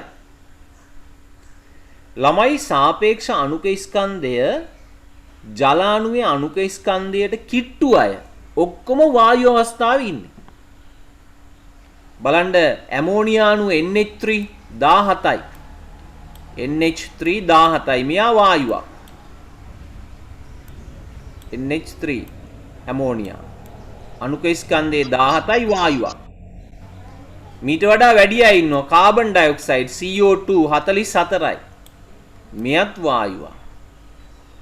O2 32යි වායුවක්. හැබැයි අණුක ස්කන්ධය 18 වෙච්ච ජලයේ ද්‍රවයක්. එවනම් ජලයට ඉහළ තාපාංකයක් ලැබිලා තියෙන්නේ මෙන්න මේ අන්තර් අණුක බන්ධන නිසා. ජලයට ඉහළ ද්‍රවාංක තාපාංක ලැබිලා තියෙන්නේ මේ අන්තර් අණුක බන්ධන නිසා. තව මේ අන්තර් අණුක බන්ධන නිසා ලැබිලා තියෙන විශේෂම ගුණයක් තියෙනවා ළමයි. විශේෂ කියන්න බෑ ඒක සුවිශේෂී ගුණයක්. දැන් අපි දන්නවා ඕනෑම ද්‍රවයක් සීතල කරද්දි ඝන වෙනවා. ඕගොල්ලන් ගෙදර තියෙන පොල් තෙල් බෝතලේ ෆ්‍රිජ් එකේ දාන්නකො පොල් තෙල් ඝන වෙනවා. පොල් තෙල් බෝතලේ ඝන වෙන්නේ අඩියේ ඉඳන් උඩට. ඒ කියන්නේ ඝන පොල් තෙල් ඝනත්වයේ වැඩි වෙලා යටට යනවා. ඒක නිසා ටික ටික අඩියේ ඉඳන් උඩට තමයි ඝන වෙවි එන්නේ. හැබැයි වතුර බෝතලේ ෆ්‍රිජ් එකේ තියලා බලන්න. ජලය ඝන තත්ත්වයටපත් වුණාම අපි කියනවානේ අයිස් කියලා. එතකොට අයිස් ටික ළමයි හැමතිස්සෙම ඝන වෙච්ච ජලය නැත්තම් අයිස් වතුරෙන් උඩට එන්නේ. උඩ පාවෙනවා. උඩ ඉඳන් පහළට තමයි අයිස් වෙන්නේ. පොල් තෙල් ඝන වෙන්නේ පහළ ඉඳන් උඩට. ඒකට හේතුව අයිස් වල ඝනත්වය ජලයට වඩා අඩුයි. එහෙනම් අයිස් වලට වඩා වැඩි ඝනත්වයක් ජලයට ලැබිලා තියෙන්නේ මෙන්න මේ අන්තර් අණුක බන්ධන නිසා. ඒ වාගේ සුවිශේෂී ගුණ ගොඩාක් ලැබෙනවා මේ ජලයට මෙන්න මේ අන්තර් අණුක බන්ධන පිහිටලා තිබීම නිසා. ද්‍රවාංක තාපාංක ඉහළ යනවා. විශිෂ්ට තාපධාරිතාව ඉහළ යනවා අන්තර් අණුක බන්ධන නිසා. 11 පන්තියේදී විශිෂ්ට තාපධාරිතාව කියන එක තාපයේ පාඩමෙදි ඉගෙන ගන්න. හරි? දැනට මතක තියාගන්න මේ ද්‍රවීය බන්ධන තියෙන සංයෝග ඇතුලේ අන්තර් අණුක බන්ධන තියෙනවා. අන්තර් අණුක බන්ධන තියෙනවා. හරි අපි චුට්ටක් මේක ලියාගමු. ලියන්න මෙහෙම ජල අණුවෙහි අලුත් ඡේදකින් ලියන්න ළමයි ජල අණුවෙහි සර් අන්තර් අණුක බන්ධන කියන මාතෘකාව ලියා ගන්නවද? අන්තර් අණුක බන්ධන පස්සේ ලියාගමු. ඉස්සෙල්ලා මේ උඩ ජල අණුවේ මේ ද්‍රවීය බන්ධනේ ඇඳගෙන ඊට පස්සේ අන්තර් අණුක බන්ධන කියලා මාතෘකාව ලියමු. ජල අණුවෙහි OH බන්ධනයේ OH බන්ධනයේ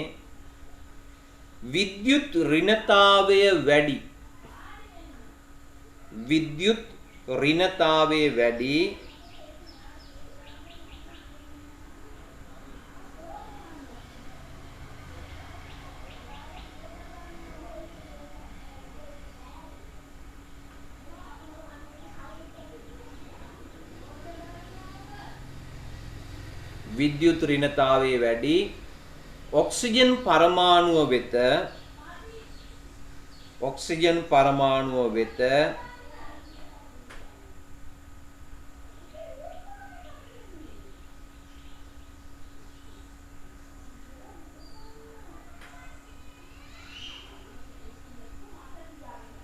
බන්ධන ඉලෙක්ට්‍රෝන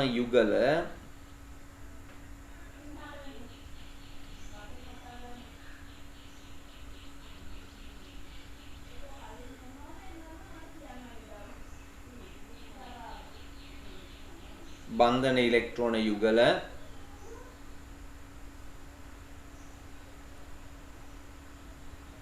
වැඩිපුර ආකර්ෂණය වන බැවින්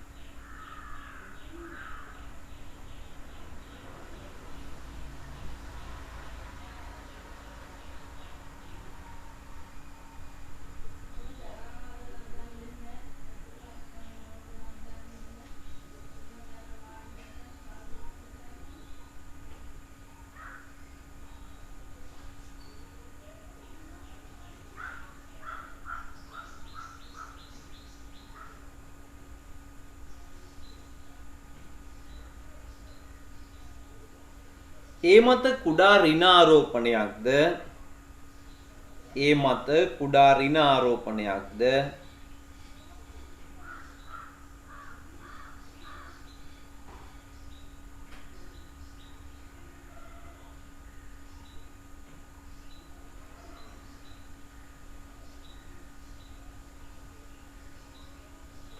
හයිඩ්‍රජන් පරමාණුව මත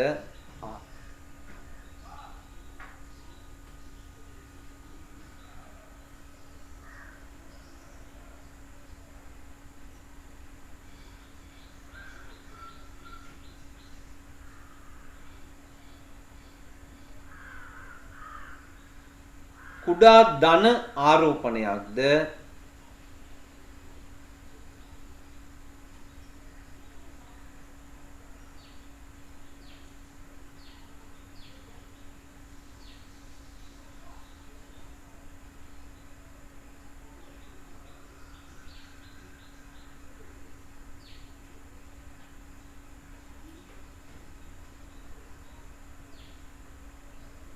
ඇතිවන පරිදි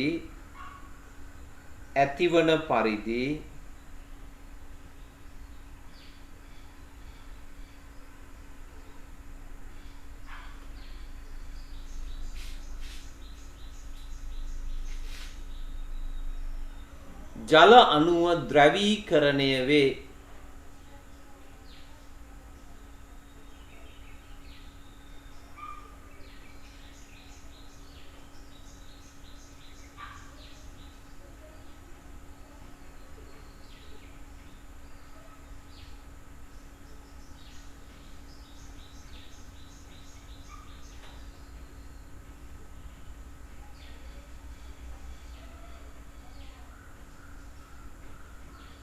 අණුව ද්‍රවීකරණය වේ.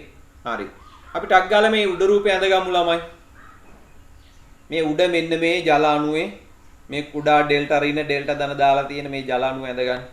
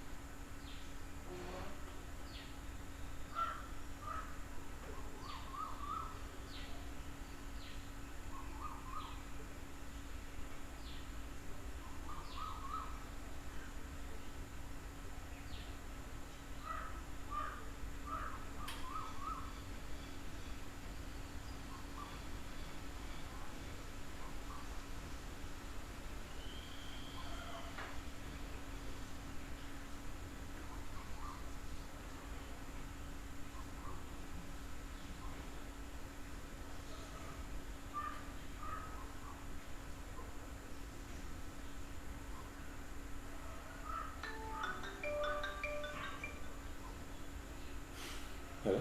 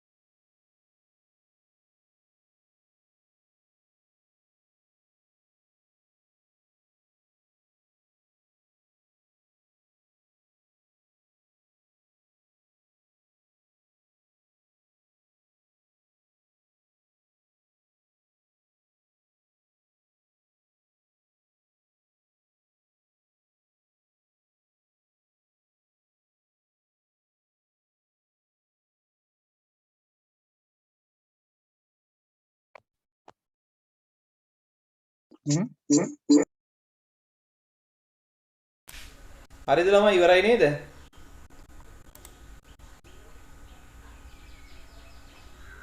ඉවරයි සර්. හරි.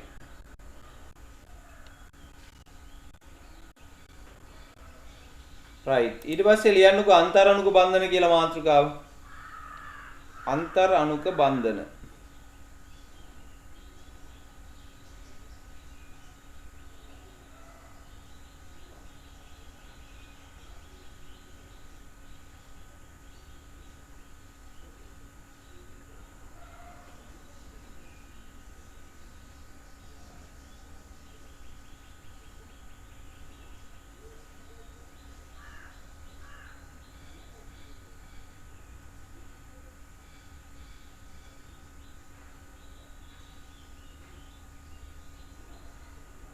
හරි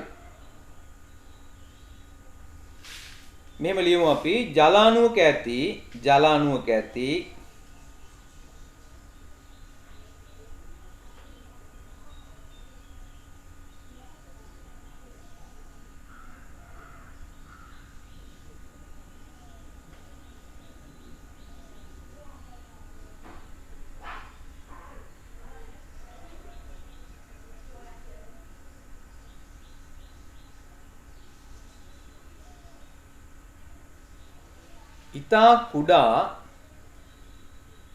ඉතා කුඩා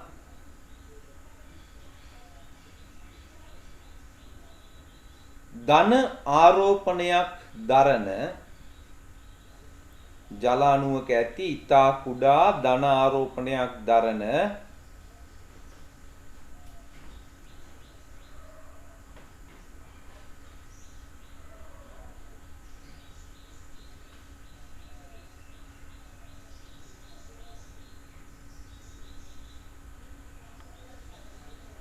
हाइड्रोजन परमाणु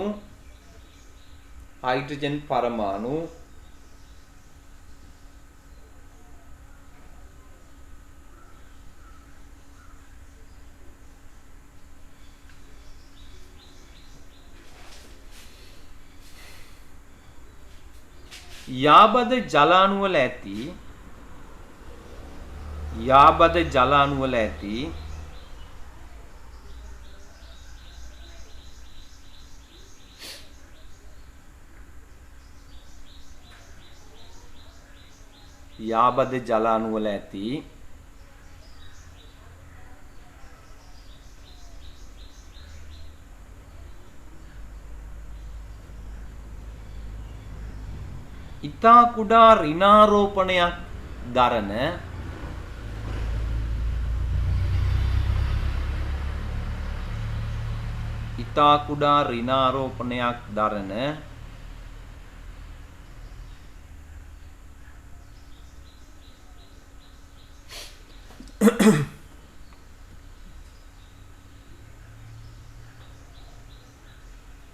ඉතා කුඩා ඍණාරෝපණයක් දරන ඔක්සිජන් පරමාණු සමග ආකර්ෂණ බල ඇති කර ගනී.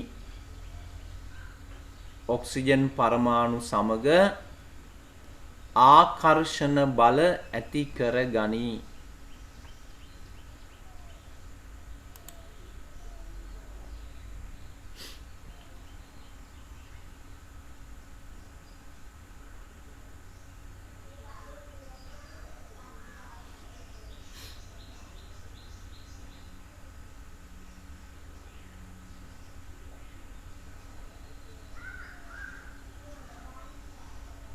ආකර්ෂණ බල ඇති කර ගනී.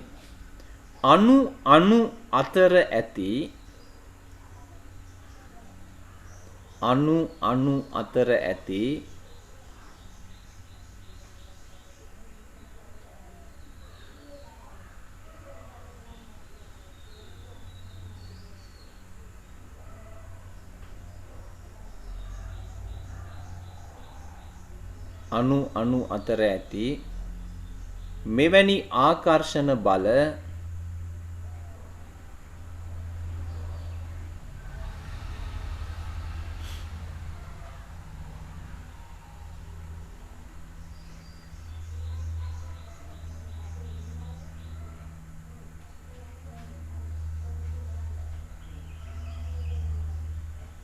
අණු අතර ඇති මෙවැනි ආකර්ෂණ බල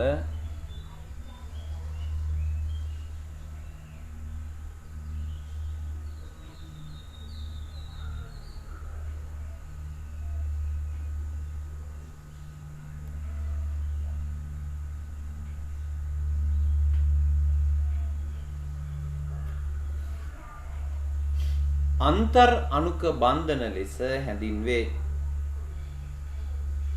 අන්තර් අණුක බන්ධන ලෙස හැඳින්වේ.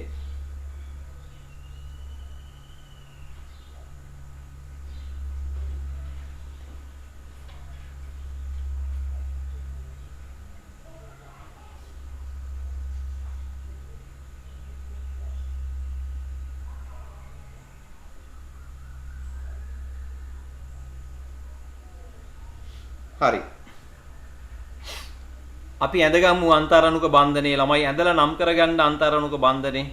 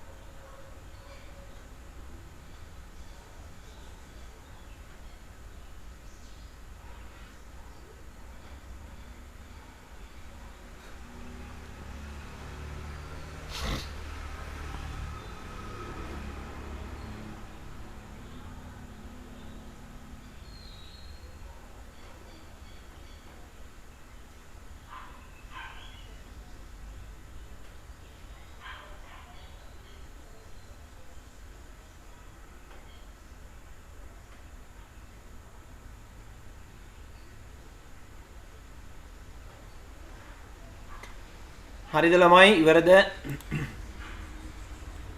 ඉවරයි සර්.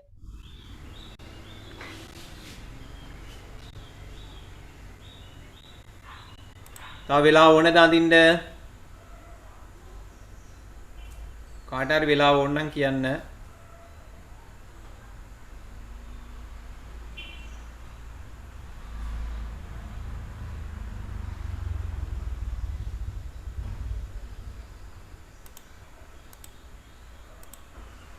හරි.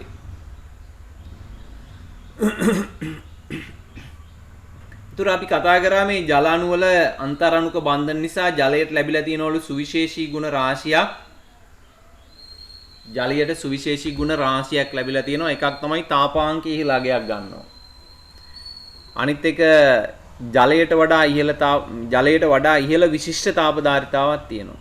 මේ විශිෂ්ටාපදාර්ථතාව කියන එක නම් ඕගොල්ලන්ට 11 පන්තියේම අපි කතා කරමු ළමයි. මොකද මේ හේතුව දැන් ওই කතාව කතා කරන්න ගියත් ඕගොල්ලන්ට මේ තාපය, තාපධාරිතාව ඔය ගැන ඔක්කොම කතා කරන්න වෙනවා. 11 පන්තියේදී කතා කරමු නිකන් කරුණක් විදිහට මේක මතක තියාගන්න. ජලයට ඉහළ විශිෂ්ට තාපධාරිතාවක් පැවතීම. නිකන් සරලව මම කියන්නම් මේ උදාහරණකින්. දැන් අපි පොල් තෙල් ලීටරයකුයි ජලය ලීටරයකුයි අරගෙන එක සමාන භාජන දෙකකට දානවා. මේ දෙකම එක සමාන භාජන දෙකකට දාලා එක සමාන ගෑස් ලිප් දෙකකින් රත් කරනවා. රත් කරද්දී ඉක්මනින් උෂ්ණත්වය වැඩි වෙන්නේ පොල් තෙල් ලීටරේ. ජලයේ උෂ්ණත්වය ඉහළ යන්නේ හිමින්. ඒකට හේතුව ජලයේ විශිෂ්ටතාවධාරිතාව කියන ගුණය පොල් තෙල් වලට වඩා වැඩි.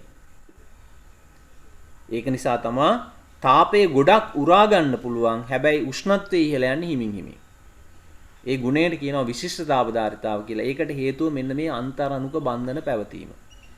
ඒක කොහොමද වෙන්නේ කියලා අපි 11 දී පැහැදිලි කරගමු. දැන් ඕක පැහැදිලි කරන්න ගියොත් උෂ්ණත්වය කියන්නේ මොකද්ද? තාපය කියන්නේ මොකද්ද කියලා මුල ඉඳන් කියන්න වෙනවා. හරි ඊට පස්සේ දැන් අපි දන්නවා ළමයි මං අනික් කරුණු දෙක චුට්ටක් ඔයගොල්ලන්ට කියන්නම්. දැන් මේ තියෙන්නේ ද්‍රව ජලය. මේ ද්‍රව ජලයේ ඇතුලේ මේ විදිහට අන්තර්-අණුක බන්ධන තියෙනවා. මේක වාෂ්ප තත්වයටපත් වෙනවා කියන්නේ මොකද්ද? වායු තත්වයටපත් වෙනවා කියන්නේ මේ ජලාණු ගැලවිලා වායු තත්වයට යන්න ඕන. ඒ කියන්නේ මේ ගැලවිලා එළියට යන්න ඕන. නේ අපි මේක වතුර භාජනයක තියෙනවා නම් මේ අණු ගැලවිලා වායු තත්වයටපත් වෙලා එළියට යන්න ඕන. ඒක තමයි වාෂ්ප වෙනවයි කියලා කියන්නේ. දැන් ළමයි මෙන්න මේ අන්තර්-අණුක බන්ධන තියෙන නිසා මේගොල්ලන්ට පහසුවෙන් ජලාණු එකිනෙකින් ගැලවෙලා වායු අවස්ථාවටපත් වෙන්න අමාරුයි. ඒකට වැඩි තාපයක් සපයන්න ඕනේ. ගොඩක් රත් කරන්න ඕනේ. ඒක නිසා මේ ජලයට කිට්ටු සාපේක්ෂ අණුක ස්කන්ධ තියෙන වෙනත් සංයෝග වලට වඩා ජලයේ තාපාංකය වැඩි. හේතුව මේ ජලය වැඩි උෂ්ණත්වයකට රත් කරන්න සිද්ධ වෙනවා. මෙන්න මේ අන්තර්-අණුක බන්ධන නිසා මේ ජලාණු එළියට ගැලවිලා යන්න නම් වැඩි උෂ්ණත්වයකට රත් කරන්න ඕන. එහෙම නැත්නම් මේවා ගැලවිලා යන්නේ නැහැ. ජලයේ තුලම තියෙනවා මේ අණු එකිනෙක බැඳිලා තියෙනවා. හරි ඒක නිසා එහෙමනම් ජලයට වැඩි උෂ්ණත්වයකට රත් කරොත් තමයි මේ ජලාණු ගැලවිලා වායු අවස්ථාවටපත් වෙන්නේ. ඒක නිසා ජලයේ තාපාංකය ඉහළයි. අන්තර්-අණුක බන්ධන පැවතීම නිසා. හරි ඊට පස්සේ මේ ජලය අයිස් වලට වඩා වැඩි ඝනත්වයක් ජලයට තියෙනවා. අයිස් වලට වඩා වැඩි ඝනත්වයක් ජලයට තියෙනවා. ඒකත් මේ අන්තර්-අණුක බන්ධන නිසා තියෙන ගුණයක්.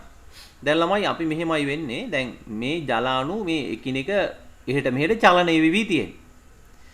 එතකොට මේ බන්ධන කැඩෙනවා, ආය හැදෙනවා, මේවා එහෙට මෙහෙට චලනය වෙනවා. මේ ජලාණු තව ජලාණු අස්සට යනවා. ඔහොම තියෙන්නේ සාමාන්‍ය තත්ත්වය. දැන් අපි සීතල කරනකොට වෙන්නේ මේගොල්ලෝ චලනය වෙන වේගය ටික ටික අඩු වෙනවා. චලනය වෙන වේගය ටික ටික අඩු වෙනවා. අඩු වෙලා ගොඩාක් සීතල කරනකොට ළමයි මේ ජලාණු මේ බන්ධන කැඩෙන්නේ නැතුව යනවා. මේ අන්තර්-අණුක බන්ධන කැඩෙන්නේ නැතුව මේ අණු ස්ථිරවම මෙන්න මේ විදිහට පිහිටුමක බැඳිලා මේගොල්ලන්ගේ චාලක ශක්තිය ගොඩාක් අඩු වුණාම මේගොල්ලෝ ස්ථිර බැඳීමකට එනවා මේ විදිහට. අන්තර්-අණුක බන්ධන වලින් බැඳෙනවා. මේක ඕගොල්ලන්ට කිව්වට මම බෝඩ් එකට ඇවිල්ලාම කියන්නම් මේක. මේක අපි චුට්ටක් මොකද මේ වෙන්නේ කියන එක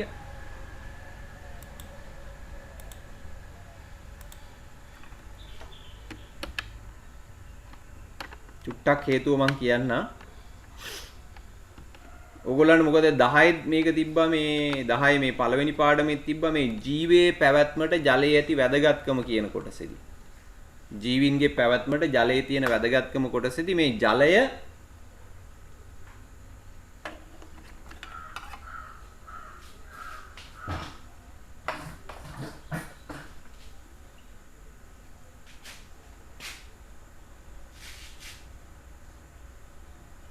ඉන්න විනාඩියක්. හරි.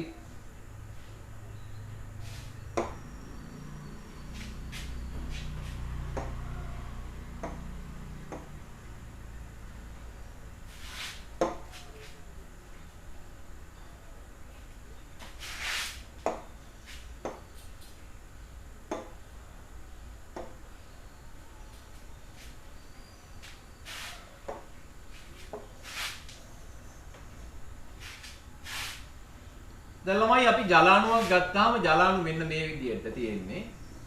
ඔක්සිජන් පරමාණු තියෙනවා, හයිඩ්‍රජන් පරමාණු තියෙනවා. එතකොට මේගොල්ලන්ගේ කුඩා ඍණාරෝපණ, කුඩා ධනාරෝපණ ඔහොම තියෙනවා. ඩෙල්ටා ඍණ, ඩෙල්ටා ධන. ඊට පස්සේ මේගොල්ලෝ යාබද ජලාණුත් එක්ක මෙහෙම බන්ධන හදාගන්නවා. නේද? දැන් අපි කිව්වා මේ විදිහට තියෙද්දි අපි ගමු මේ පැත්තෙන් දැන් තව ජලාණුවක් ඉන්නවා කියලා මෙහෙම.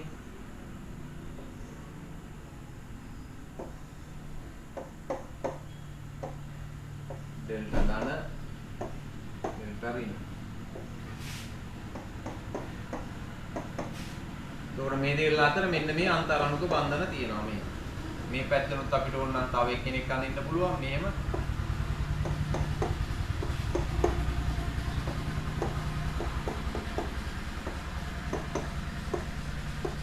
හරි. දැන් එතකොට මේ විදිහට තියෙන ජලාණු ළමයි මේවා චලනය වෙනවා. හිමින් හෙලවි තියෙනවා. එහෙම තියෙනකොට මේ බන්ධන කැඩෙනවා. කැඩිලා මේ අස්සට එනවා තව ජලාණු. නේද? මේ ජලාණු මේවා කැඩෙනවා බන්ධන. මේ බන්ධන කැඩිලා මේවා ඔන්න ඈත් වෙනවා, ලං වෙනවා, මේ අස්සට එනවා තව ජලාණු මේ වාගේ. මේම අස්සට එනවා ජලාණු. ඉතින් ඔය විදිහට කැරකි තියෙන සාමාන්‍ය ස්වරූපය ජලය තුල. දැන් එතකොට මේක සීතල කරනකොට උෂ්ණත්වය අඩු කරනකොට සිසිල් කරනකොට මේ අණු චලනය වන වේගය අඩු වෙනවා. වේගයෙන් එහෙට මෙහෙට කැරකි පෙරලි චලනය වෙවි හිටපු ජලාණු දැන් ටික හිමින් චලනය වෙනවා. චලනය වන වේගය අඩු වෙනවා. අඩු වෙලා එක වෙලාවක් එනවා මේ අණු චලනය වෙන්නේ නැහැ. ඒ තමයි ළමයි ජලය අයිස් බවට පත් වෙන වෙලාව. එතකොට ඒ වෙලාවේදී මේ ජලාණු ස්ථිරවම එකතැන චලනය වෙන්නේ නැතුව තියෙනවා. හැබැයි චලනය වෙන්නේ නැතුව කියන්නේ ඒගොල්ලෝ එතකොට කම්පන චලනය පෙන්නනවා. ඒ කියන්නේ ගමන් කරන්න බෑ, වෙන තැනකට ගමන් කරන්න බෑ. එක තැන මේව පැද්දෙනවා, හෙල වෙනවා. එච්චරයි. එතකොට එහෙම බැඳුනහම ජලාණු ස්ථිරවම එක ව්‍යුහයක් හදනවා ළමයි මේ විදිහට. ඕගොල්ලෝ දැකලා තියෙනවද දන්නේ නැහැ. අර මේ ඔය සමහරලාට ඔය දාලා ඇති ඔය මේ නත්තල් කාලේ එහෙම ඔය කාඩ් වල එහෙම තියෙනවා ඒ හිම පියලි වල රූපයක්. පොඩි මලක් වාගේ හැඩයක්. අන්න ඒ හැඩයට එනවා. එහෙම ආපුවාම මොකද වෙන්නේ? දැන් එතකොට ජලාණු ස්ථිරවම එක ස්ට්‍රක්චර් එක නැත්නම් එක ව්‍යුහයකට ආපුවාම මේ ජලාණු ළමයි පුළුවන් තරම් ඈත් වෙලා ඉන්නේ. දැන් කලින් ජලාණු එකිනෙක අස්සට ආවා. දැන් එන්න බෑ එහෙම. දැන් ජලාණු පුළුවන් තරම් එකිනෙකින් ඈත් වෙලා ස්ථිරව මේ බන්ධන වලින් බැඳිලා තියෙනවා. ඒකේ ප්‍රතිඵලයක් විදියට ජලාණු අයිස් බවට පත් වෙනකොට ළමයි පරිමාව වැඩි වෙනවා. ඒ පරිමාව වැඩි වෙනකොට මොකද වෙන්නේ? අයිස් වල ඝනත්වය අඩු වෙනවා. එතකොට ජලයේ ඝනත්වය වැඩි, අයිස් වල ඝනත්වය අඩු වෙච්ච නිසා අයිස් උඩට යනවා. ඒ කියන්නේ හැමතිස්සෙම ජලයේ අයිස් වෙද්දී ඉහළ ඉඳන් පහළට තමයි මේ ඝන වීම සිද්ධ වෙන්නේ. ඉහළ ඉඳන් පහළට තමයි මේ ඝන වීම සිද්ධ වෙන්නේ. හරි? මේක මම ඕගොල්ලන්ට චූටි වීඩියෝ එකක් පෙන්නන්නම්. මේ අන්තරාණුක බන්ධන නිසා ජලයට මේ විදිහට මේ ඉහළ ඝනත්වයක් ජලයට තියෙන එක අයිස් වල ඝනත්වය අඩු වෙන එක. අපි චුට්ටක් ඉස්සෙල්ලා මේ කරුණු ටික ලියාගමුකෝ මෙහෙම. ලියාගන්නකො මෙහෙම.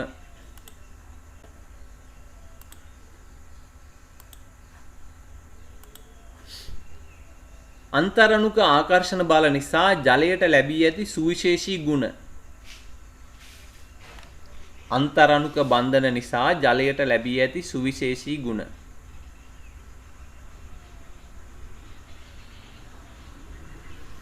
එකයට ඒක ලියන්න ළමයි.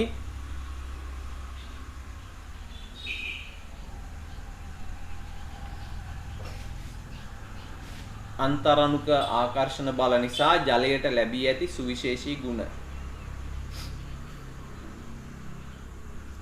පළවෙනි එක ජලයේ තාපාංකය ඉහළ අගයක් ගැනීම.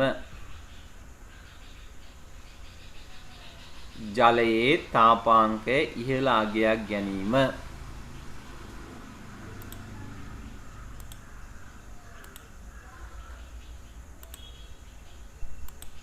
ජලයේ තාපාංකයේ ඉහළ අගයක් ගැනීම. 2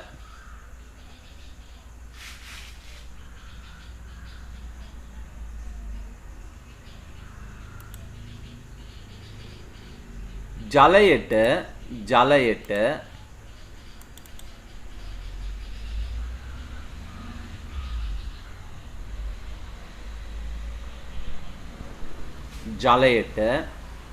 ඉහළ විශිෂ්ට තාපධාරිතාවක් පැවතීම.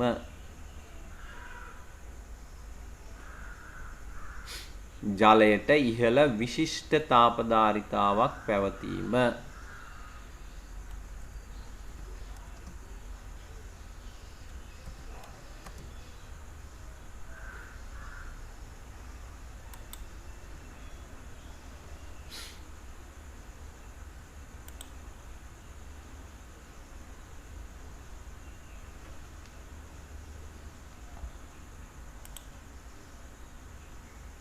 ඉහළ විශිෂ්ට තාපධාරිතාවක් පැවතීම. ඊළඟ 3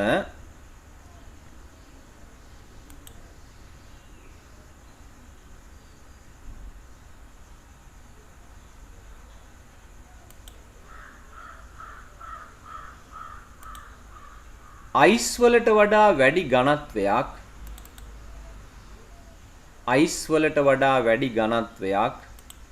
ජලය සතු වීම. අයිස් වලට වඩා වැඩි ඝනත්වයක් ජලය සතු වීම. හරි. ඔන්න බලන්න ළමයි මේ මං කියපු කතාවේ චූටි වීඩියෝ එකක් තියෙනවා. මේක ඕගොල්ලන්ට වඩාත් පැහැදිලි වෙයි මේක බලපුවාම.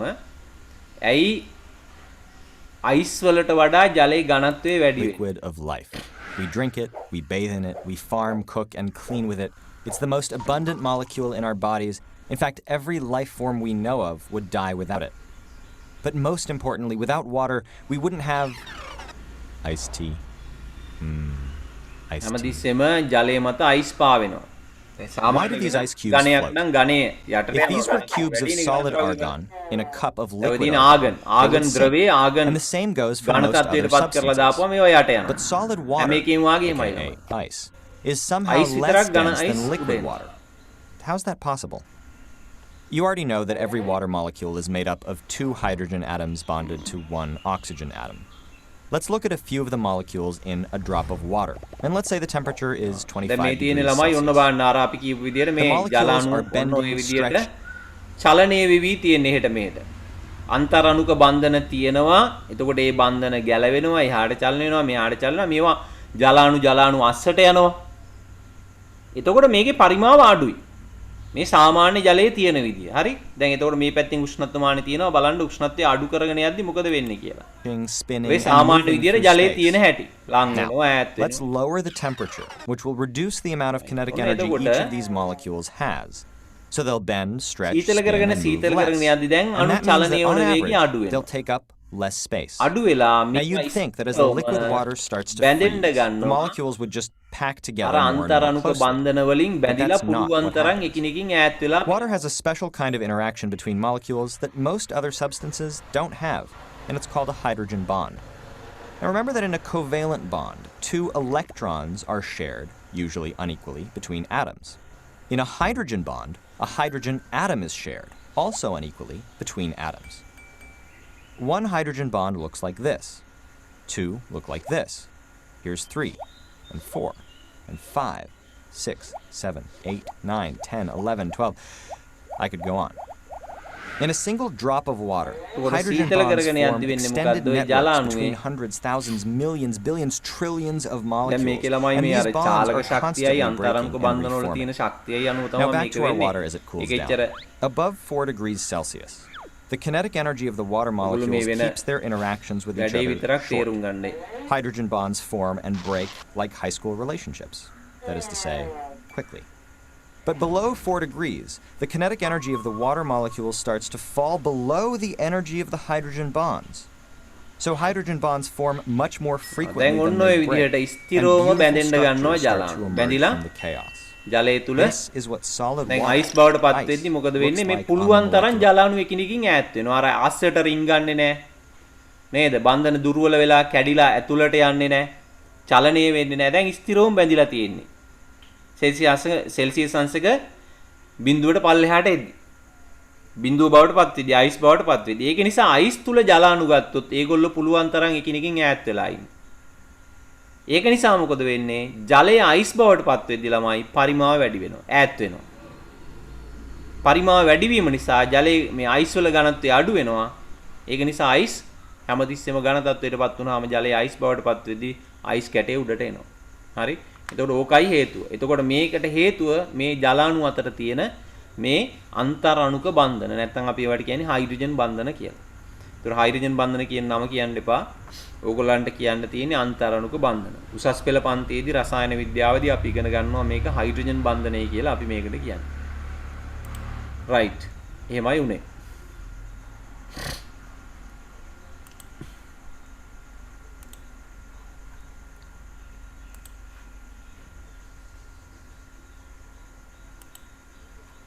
හරි.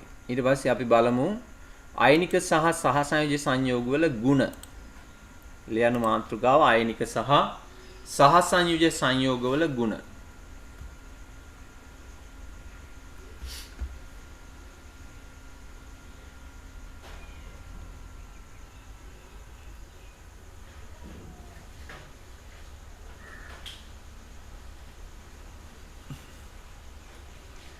දැන් මේ අයනික සහසංයෝජ සංයෝගවල ಗುಣ කීපයක් අපි ඉගෙනගෙන තියෙනවා මේ වෙද්දිත්. අයනික සංයෝගවල අපි ඉගෙන ගත්තා මේ ඉහළ ද්‍රවාංක තාපාංක තියෙනවා. නේද? ඒව ගැන අපි කලින් කතා කරා. එතකොට අයනික සහ සහසංයෝජ සංයෝගවල විද්‍යුත් සන්නායකතාවය පරීක්ෂා කරන්න පොඩි ක්‍රියාකාරකමක් ඕගොල්ලන්ට තියෙනවා. මේ ක්‍රියාකාරකමෙන් අපි බලන්නේ අයනික සහ සහසංයෝජ සංයෝගවල විද්‍යුත් සන්නායකතාවය. හරි. එතකොට මේකෙදි අපිට අවශ්‍ය වෙනවා බීකර 4ක්, කාබන් කූරු 2ක්, මම වීඩියෝ එක පෙන්නන්නම් මේකේ.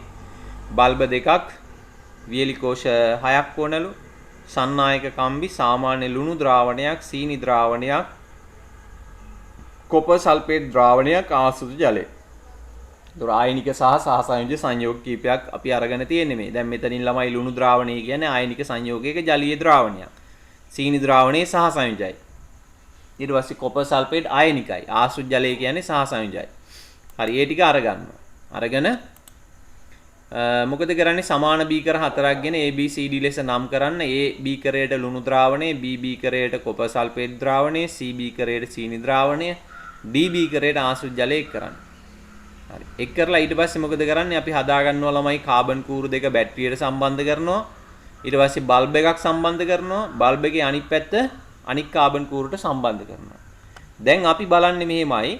අපිට විදුලිය ගමන් කරනවද කියලා පරීක්ෂා කරන්න ඕනේ ද්‍රාවණේ අපි කාබන් කූරු 2 ගිල්ලනවා. කාබන් කූරු 2 ගිල්ලනවා. එහෙම ගිල්ලලා එතකොට විදුලිය සන්නායනය කරනවා නම් මොකද වෙන්නේ? මේ බල්බ් එක දැල් වෙනවා. ඒ කියන්නේ මේ ද්‍රාවණය තුලින් විදුලිය යන්න එපා, කාබන් කූරු 2 සම්බන්ධ වෙන්න එපා. නේද? එතකොට විදුලිය ගමන් කරනවා නම් බල්බ් එක පත්තු වෙනවා. ගමන් කරන්නේ නැත්නම් බල්බ් එක පත්තු වෙන්නේ නැහැ. හරි, අපි බලමු. අපේ නිවහන තක්සලාවක් කරගමු. පාසල නිවසට ගෙනහෙන Voice One YouTube අධ්‍යාපන වැඩසටහන්. ගිය සැරේ කොරෝනා වෙලාවේ මේ මම ප්‍රැක්ටිකල් වාගයක් කරා ඉලක්ක කරගත් පෙරහුරු සැසි. මෙන්න කරන්න තියෙන්නේ මේ දැන් ඊට පස්සේ මේ අතර බීකරය මේ බල්බ් එක පත් වෙනවද නැද්ද කියලා බලන්න. ඊට පස්සේ දෙවෙනි බීකරයේ තියෙන්නේ එතිල් මධ්‍යසාර අඩංගු බීකර. මේක වැඩ කරනවද කියලා බලන්න. ඒතර වැඩ කරනවද කියලා බලන්නේ අපි බැටරියක් අරගෙන මේ විදිහට බැටරියේ ධනාංගයටයි ඍණාංගයටයි ක්‍රොකොඩයිල් ක්ලිප් දෙක සම්බන්ධ කරනවා. ඊට පස්සේ මට පුළුවන් මේ අග්‍ර දෙක අතරට අර අපි කලින් කතා කරා වගේ මේ වාගේ විද්‍යුත් සන්නායක ද්‍රව්‍යයක් තියලා බලන්න. ඔයගලන්ට පේනවා විද්‍යුත් සන්නායක ද්‍රව්‍යයක් මේ අග්‍ර දෙක අතරට තියපුවාම මේ විදිහට බල්බ් එක පත් වෙනවා. කාබන් කූරු 2 අතරට විද්‍යුත් සන්නායක ද්‍රව්‍යයක් තියපුවාම බල්බ් එක පත් වෙනවා. විද්‍යුත් පරිවාරක ද්‍රව්‍යයක් තියෙනවා. ඒ වගේම විද්‍යුත් පරිවාරක ද්‍රව්‍යයක් තියපුවාම ඒකේ දැන් බල්බ් මේ එක පත්තු වෙන්නේ නැහැ. බ්ලූ ස්ටික් එක ද්‍රාවණයක් විදුලිය පරීක්ෂා ගමන් කරන්න කරන්නේ මේ නැහැ. පරිවාරක අඩුවෙන් ද්‍රව්‍යයක්. පුළුවන්. ඒතර බලන්න පරිවාරක ද්‍රව්‍ය තියපුවාම බල්බ් එක පත්තු වෙන්නේ නැහැ. එහෙනම් මේ ඇටෝම අපිට පාවිච්චි කරන්න පුළුවන් ද්‍රවයක් තුලින් විදුලිය ගමන් කරනවද නැද්ද කියලා බලන්න. හොඳයි. එහෙනම් අපි ඊට පස්සේ බලමු අපි මේ හදාගත්තු උපකරණයෙන් පරීක්ෂා කරන ද්‍රාවණ ටික. ඉස්සෙල්ලාම මගේ මේ ලොකු බීකරේ තියෙනවා ආශ්‍රිත ජලය අඩංගු බීකරය. ඊට පස්සේ දෙවෙනි බීකරේ එතිල් මධ්‍යසාරය තුලිනුත් විදුලිය ගමන් කරන්නේ හොඳින් පිස කරන්නේ කාබන් ඉලෙක්ට්‍රෝඩ දෙක ජලය තුල ගිල්වන. ඕගොල්ලන්ට පේනවා බල්බ් එක දැල්වීමක් සිද්ධ වෙන්නේ නැහැ.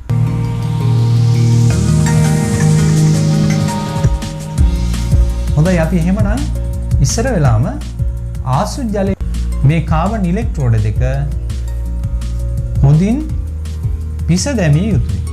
මේකේ තැවරලා තියෙන ද්‍රාවණ තියෙනවා නම් ඒවා ඉවත් වෙන්න මේක හොඳින් පිස දාන්න ඕනේ. හරි. ඊළඟට එහෙමනම් අපි එතිල් ඇල්කොහොල් ද්‍රාවණයෙන් විදුලිය ගමන් කරනවද කියලා බලන්නයි ලෑස්ති වෙන්නේ. එතකොට ද්‍රාවණේ ස්පර්ශ වෙන විදිහට කාබන් ඉලෙක්ට්‍රෝඩ දෙක තියෙනවා. ඒතර එතිල් මධ්‍යසාරය තුලිනුත් විදුලිය ගමන් කරන්නේ නැහැ. බල්බ් එක දැල් වෙන්නේ නැති එකෙන් අපිට ඒ බව පැහැදිලි. හරි.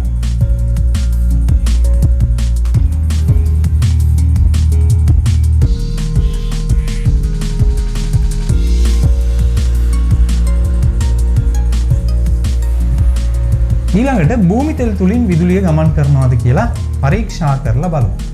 දැන් භූමි තෙල් කියන්නේ සහසංයෝජ එකක් ළමයි. ඒකවල බලන්න සහසංයෝජ භූමි තෙල් තුලිනුත් විදුලිය ගමන් කරන්නේ නැහැ. යන්නේ නැහැ. භූමි තෙල් වලින්.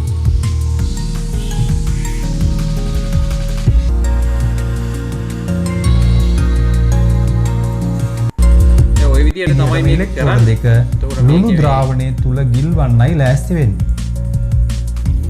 බලන්න ගිල්ලන කොටම ඔයගොල්ලෝ දැක්කා බල්බ් එක දැල් වෙනවා. එහෙමනම් අපිට පැහැදිලි ලුණු ද්‍රාවණය විදුලිය සන්නයනය වෙනවා. ලුණු ද්‍රාවණයෙන් විදුලිය ගමන් කළේ නැහැ. එහෙමනම් ආසු ජලයේ මෙන්න මේ ද්‍රාවණ ටික ඒවා සහසංයෝජ සන්නයනය නොකරන ද්‍රාවණය කියන්න පුළුවන්. එකෙන් විදුලිය යන්නේ නැහැ. අපි පරීක්ෂා කර අවසානයේ නිගමනය කරන්න පුළුවන් ද්‍රාවණය ඇතැම් ද්‍රාවණ තුලින් විදුලිය සන්නයනය කරන බවත් ඇතැම් ද්‍රාවණ තුලින් විදුලිය සන්නයනය හයිඩ්‍රොක්ලෝරික් කියන්නේ සහසංයෝජයි. නමුත් අම්ලවල ඕගොල්ලන්ට මේ පාඩමේ ජලීය ද්‍රාවණ විද්‍යුතය සන්නයනය කරනවා. හරි. ඉතින් ওই විදිහට දැන් අපි මේකෙදි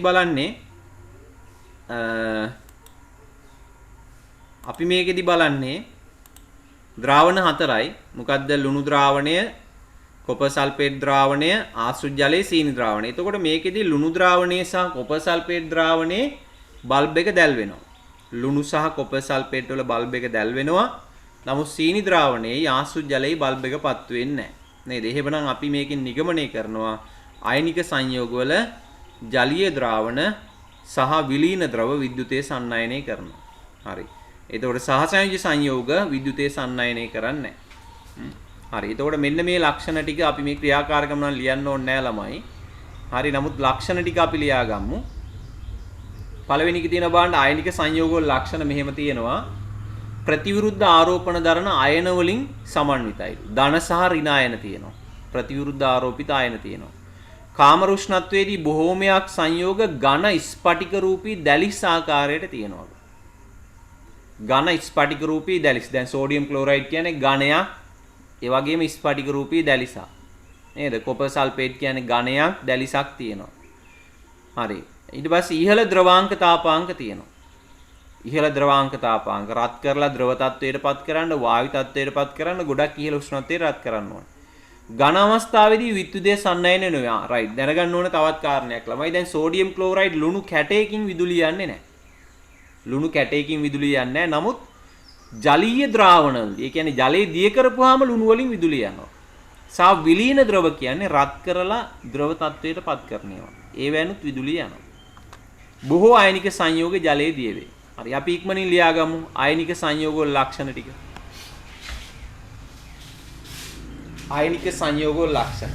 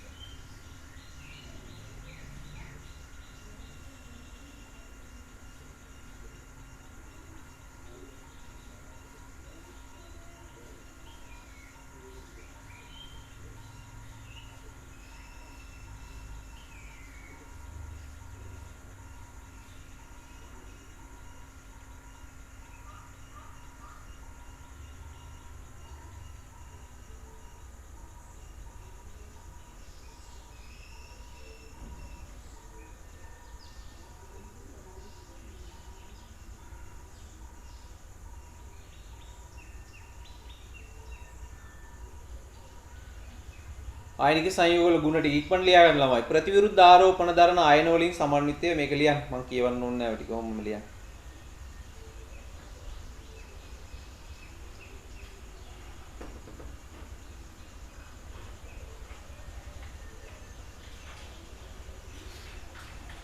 කාමරුෂ්ණත්වයේදී බොහොමයක් සංයෝග ඝන ස්පටික රූපී දැලිස් ආකාරයට පිහිටීම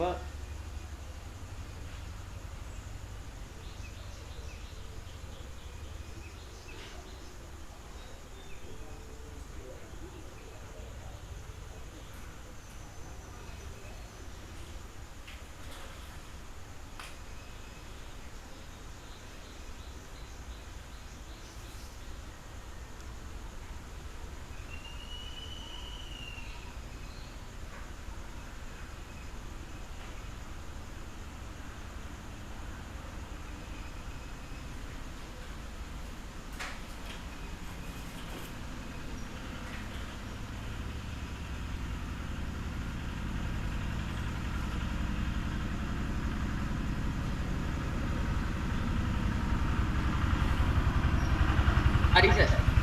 හරි නේද?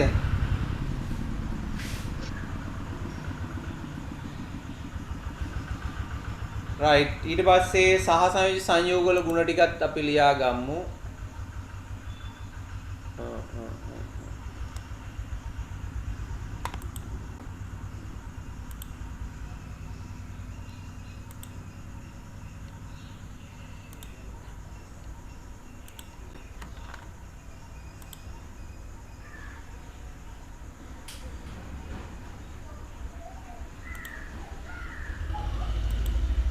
හරි සහ සංයෝජ සංයෝග වල ගුණ ටික ලියා ගන්න අවසාන එක.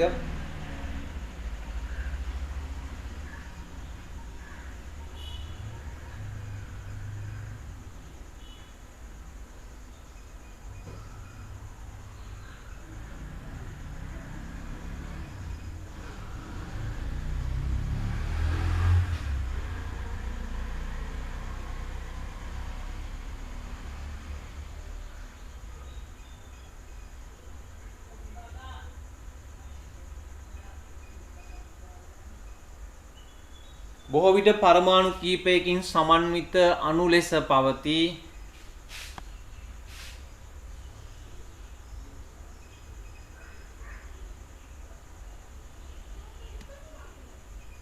කාමරුෂ්ණත්වයේදී වායු හෝ ද්‍රව අවස්ථාවේ පවතී බොහෝ විට හැමතිස්සෙම නෙවෙයි.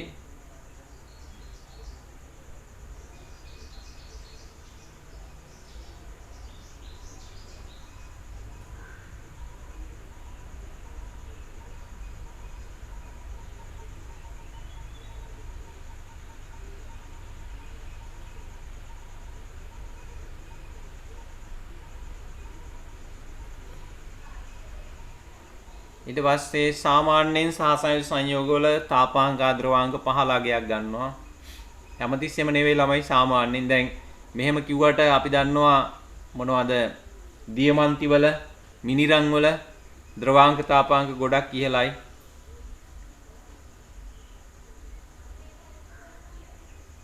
ඊට පස්සේ බොහෝ සංයෝගවල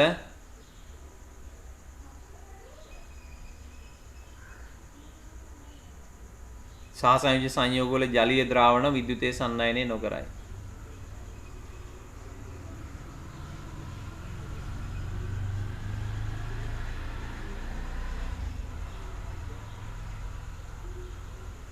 හරි සර්. හරි නේද? right. එහෙනම් අපි බන්ධන පාඩම අද ඉවරයි. අපි ලබන සතියේ දැන් අපි අද කතා කරේ 7යි 12යි පාඩම් දෙක නේද? ඊට පස්සේ ඔයගොල්ලන්ට ළමයි ඊළඟ පාඩම අපි කතා කරමු ලබන සතියේ අලුත් පාඩම. ටියුට් එක මං දෙන්නම්. අර මේ දැන් කලින් එක ගහලා තියෙන්නේ ඒක 7 වෙනි පාඩමේ නෝට් එක. ඒක කීප දෙනෙක් ගෙනිච්ච නැති අය ඉන්නවනම් ඒක ගෙනියන්න. අනික් ටියුට් එක අරගන්න මෙන්නකො දෙකම එක සැරේ ගෙනියන්න පුළුවන් නේද? හරි එහෙමනම් අපි නවත්තමු පන්තිය. හැමෝටම සුබ දවසක්. ආයුබෝවන්. ආයුබෝවන් සර්. thank you.